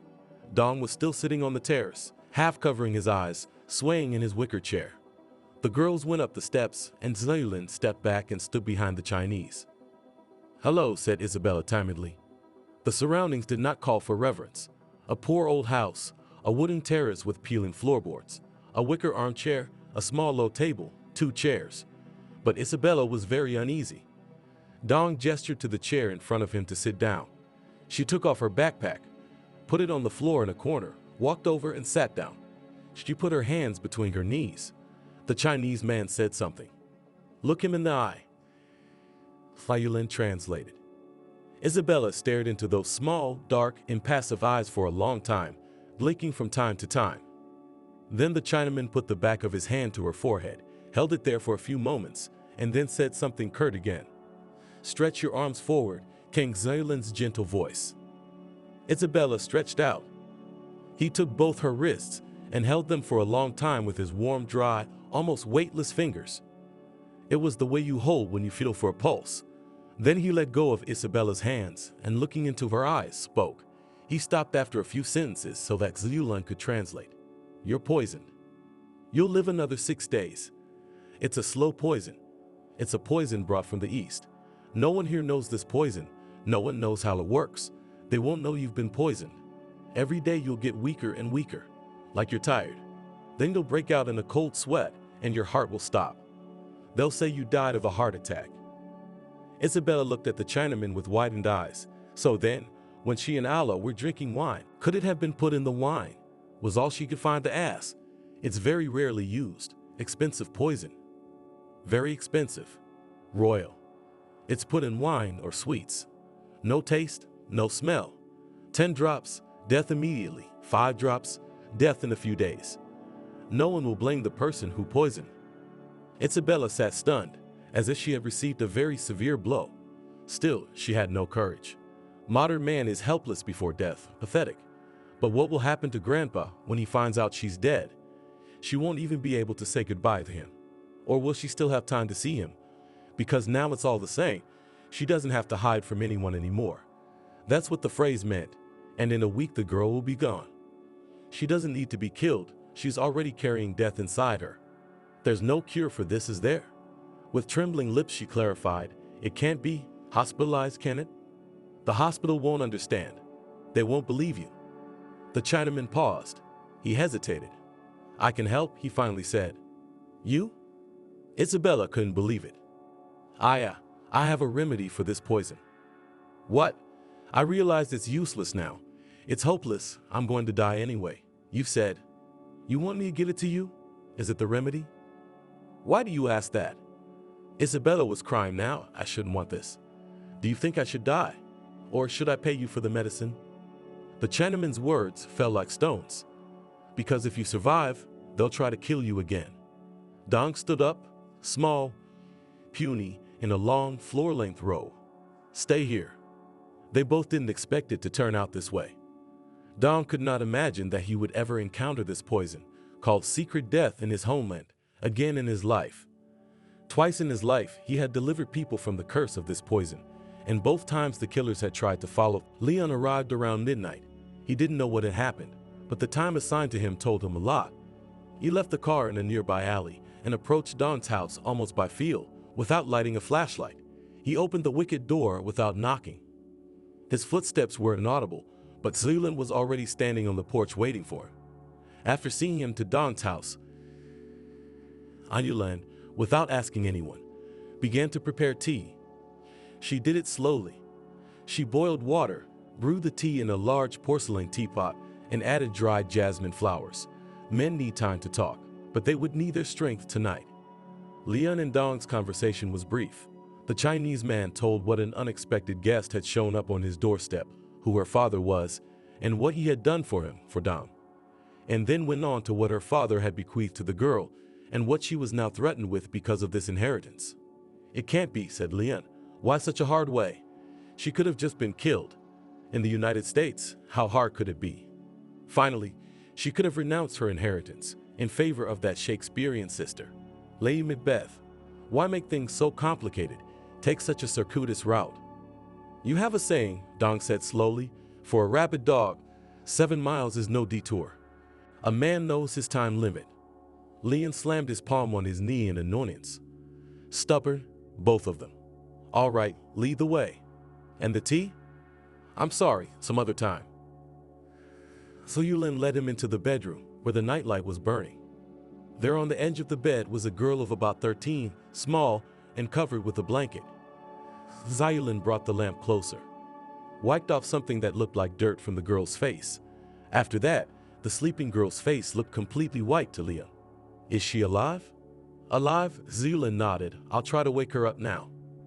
It succeeded only partially. Isabella opened her eyes, huge, gray, and looked at Leon and Zayulin as if trying to figure out who they were.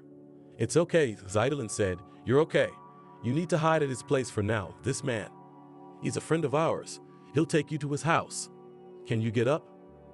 Isabella tried to rise to lean on her arm, but her arm broke, and she fell face down into the pillow.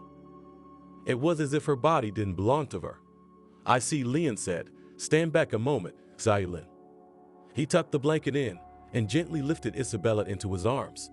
She weighed really nothing. Xylan rushed over and opened the door for them. Leon carried Isabella out of the house and walked leisurely to the car, his steps still light and inaudible. Leon placed the girl in the back seat. Xylan, who was shadowing them, managed to slip a small velvet cushion under her head. Let's go with us, Leon begged. Get Grandpa here. Let's go. Xylan almost jumped away from his jeep, afraid he'd drag her into. She put her hands behind her back and shook her head.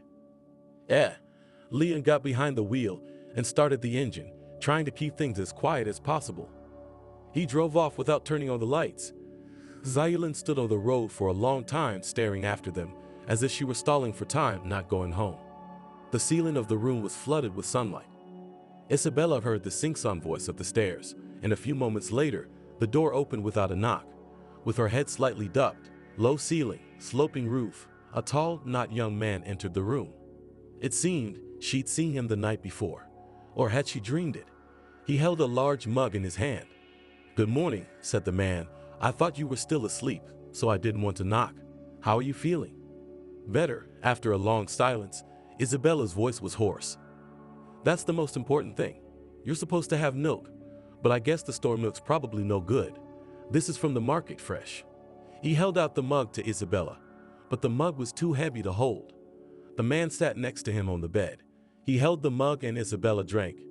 It wasn't very comfortable because the milk was spilling, running down her chin. Isabella used to drink like that when she was a child, and her grandfather would say, "Well, you've grown a milky beard." It was uncomfortable, but delicious. She drank and drank until the huge mug was half empty. They got along. Isabella was slowly coming to her senses. Leon put a small radio on the table and turned the wheel, tuning it to one wave or another.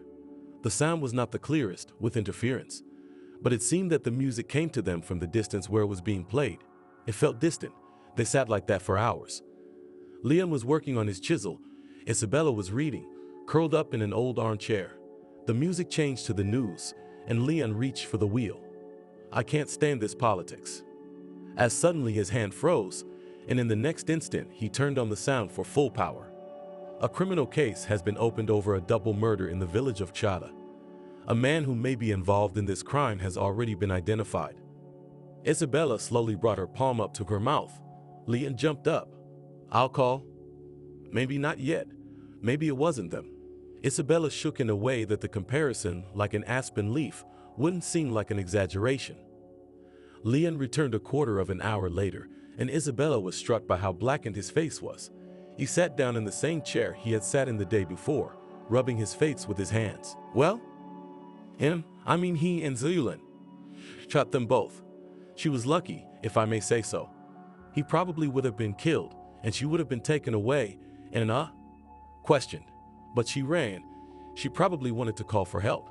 She ran very fast. She was shot on the run. In the back, first him, then her. Isabella sobbed. It's okay. I'll figure it out. Leon's cheeks were turning jaundiced. I'll go visit Allah. It couldn't be. 2 days later, Mickey said irritably yet lazily, sprawled in a chair by the fireplace. The fact that Allah was nervous was much more noticeable. She stood up, walked around the room, sat down again. She looked older than her years. Allah had always been very careful about her figure, counted every piece she ate, and was thin. Now the thinness was wrinkled, her skin seemed yellow, her hair hung in icicles. But it was perfect. Mickey exclaimed, even more irritated, and you proved it yourself. Yes, perfect. Allah agreed and put out her cigarette in the ashtray, and she'll die beautifully without suffering. And we'll show up at the funeral grieving relatives. Now think where to look for this living corpse. But we got to the Chinese guy fast. Yeah. Quickly. We Allah teased to find that damn Chinese guy. I had to. Do you know, literally and figuratively, how much it cost me?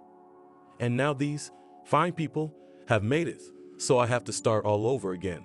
The string is broken, but the tip remains. The tip. What are you talking about? So now we have to get the Chinaman's connections. Think about it. He knew the risk of sending that girl away. He wouldn't have entrusted that golden egg to just anyone. So he had someone close to him helping him, and someone with whom he could freely explain himself, bypassing that Shmakadaka translator. He didn't speak Russian.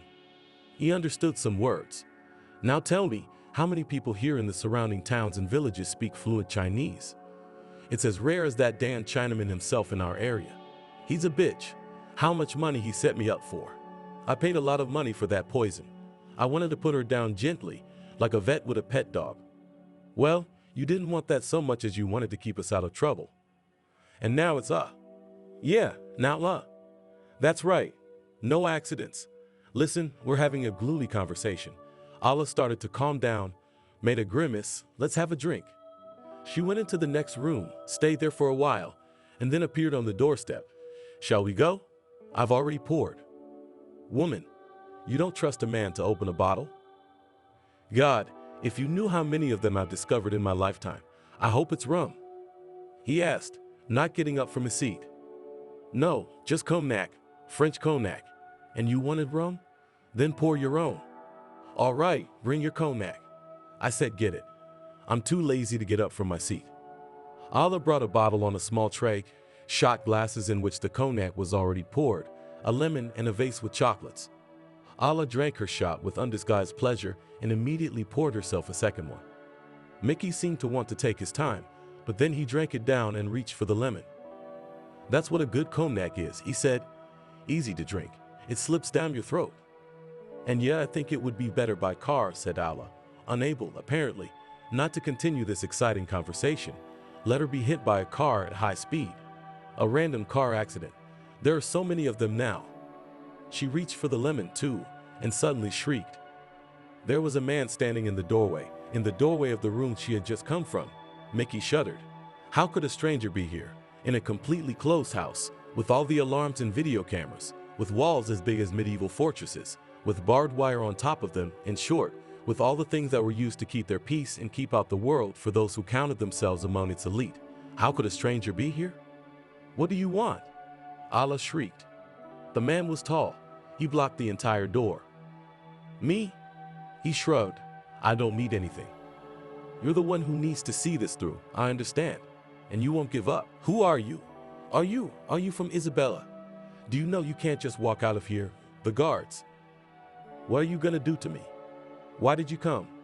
Allah shouted hysterically. She raised her voice deliberately, hoping that someone would hear, that someone would come running, that the guards would round him up. She was especially annoyed and frightened that Mickey didn't even seem to be getting up. She had yet to see him in a fight. In a man's fight, she didn't know if he could be her defense. But he wasn't even trying.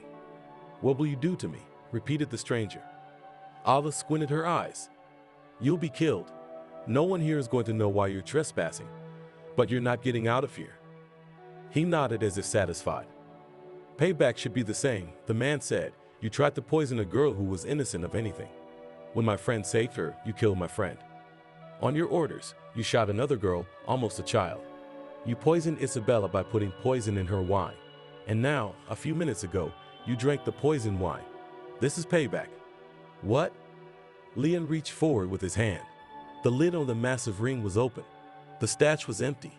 He brought the ring to Allah's face, who recoiled, then to Mickey's face. He tried to jump up at last, but Leon twisted him in one motion and threw him back into the chair. Once upon a time, when I wanted to leave this world as soon as possible, a friend of mine, the same Chinese man. There was poison in the stash, a special poison, a merciful one. If you realize you must leave, Don said, dissolve the powder in water and drink it. There will be no turning back. There is no antidote in nature. You will only have time to pray, to ask the higher powers to forgive you for all you have sinned in this life and allow you to be united with those you love in the next world. You will only have time to turn to God. You had time to pray too, but you spent it on threats. Leon turned and walked away. Out of the corner of his eye, he saw Allah clinging to the table with her hand, struggling to stay on her feet. Then she sank heavily to the floor. He was not interested in the rest. The story made a lot of noise. About an hour after Leon left the gloomy mansion, the bodies of the mistress and her lover were discovered by the maid. In a panic, The maid called an ambulance, and the ambulance in turn called the police. Young, healthy, and vigorous people, not drunks or drug addicts, died in an instant, and there were no signs of violent death. No signs of home invasion either. Hell of a Sherlock Holmes, as one of the cops put it. The autopsy also revealed nothing. Both the man and the woman's heart simply stopped. This caused a lot of difficulties. What to write down as the cause of death? We tried and tested, because science was silent, stood aside, and could not suggest anything. In order to explain the one-stage death, they decided to attribute it to the use of an exotic drink, which the woman and her partner brought from the distant islands, where they lived for the last months. Left without a head, Allah's people immediately stopped looking for her sister. They didn't care about her now, but the two who cut short the lives of Don and his niece, Frederick shot personally. He remained loyal to the late monarch and punished anyone who even indirectly raised a hand against his daughter. All the property of the childless Allah, according to her will, passed to her mother. The woman was informed of this in advance. It was noted by everyone afterward that at the funeral she sobbed quite restrainedly. The tour of the castle for grandfather and granddaughter was arranged by some cool real estate or history expert. Corey had whispered to Isabella that she looked like a crow. The woman was indeed gaunt, black-haired, with a thin, long nose. And her dress, by the way, was black. She waited for them on the doorstep of the castle and tried to make her smile as friendly as possible. She led them through countless rooms and corridors for 2 hours, so that John's feet were desperately sore. "Here," said the crow, opening another door, "is the collection of icons, which contains very valuable exhibits. There are well-preserved specimens from the 14th, 15th, and 16th centuries. The covers are of splendid artistic workmanship and are decorated with pearls, precious and semi-precious stones." Eventually, Isabella and Corey escaped. They slammed the doors of the rooms at random and eventually found themselves in one of them, which was clearly a bedroom. There was a bed under a crimson canopy, a painting on the ceiling of a shepherd boy and a shepherdess in idyllic poses. He playing a piper, she sitting on his lap. A huge chandelier with electric bulbs tapered to look like candles hung low. "A chandelier once fell on me at home," Isabella said. "I was asleep, and it just snapped and hung on the wire. I woke up thinking someone had attacked me." "Oh, what a balcony." The balcony was really gorgeous. The lattice alone was worth it. The hermitage. And what a view from here. "You'll be sitting with a glass of champagne and admiring the sunrise over the sea," Corey said. Isabella wrinkled her nose. "What's the depth of this place? What if you can dive off the balcony like a ski jump?" They lay on the bed under the canopy for a while longer. They lay cheek to cheek and panted after running around the castle. "You're the richest bride we have in town now," Corey said thoughtfully. Isabella became angry. "What a lot of thoughts you're having today, one sillier than the other." "Well, go ahead." Corey staggered back. Such a thought had certainly never occurred to him. For years now, Isabella had been like a sister to him. Isabella jumped off the bed and shook off her skirt. She felt like everything in the castle was soaked with dust. "Let's go find Grandpa." They found John and Crow in the basement where the tour ended. There were wine cellars. They sat at the lawn oak table with their grandfather and tasted the wine, which burned amber in the sunlight. "Madeira," Crow said in a slurred voice. "Favorite wine." "How?" Dad wanted to imitate too. "What are you going to do with this big thing?" said John. "What are you going to do with it? Are we going to move in here? You and I will be walking in the morning, and even then we won't find each other." "Not a problem," said Isabella. "I'll donate this huge thing to the theater." Frederick's jaw dropped, of course, and so did everyone else in the room. The conservatory would have a great foyer. Isabella had already taken a good look at everything during the tour and had a keen eye for everything. "And the canopy bed will be useful too," she added menacingly. "It's very good for strangling Desdemona. If Othello doesn't suffocate her, she will suffocate herself from the dust." A few days later, Isabella's picture, a young heiress and philanthropist, appeared on the cover of a glossy magazine. The head teacher, Anna, who had once taught the girl and predicted that she would have a career on the panel, saw the magazine in a kiosk and could not believe her eyes. And then she bought it, hoping that it was a mistake, read the article and became numb. The girl from a poor family, whom she wished the worst for, had just laughed at her. Shame on her.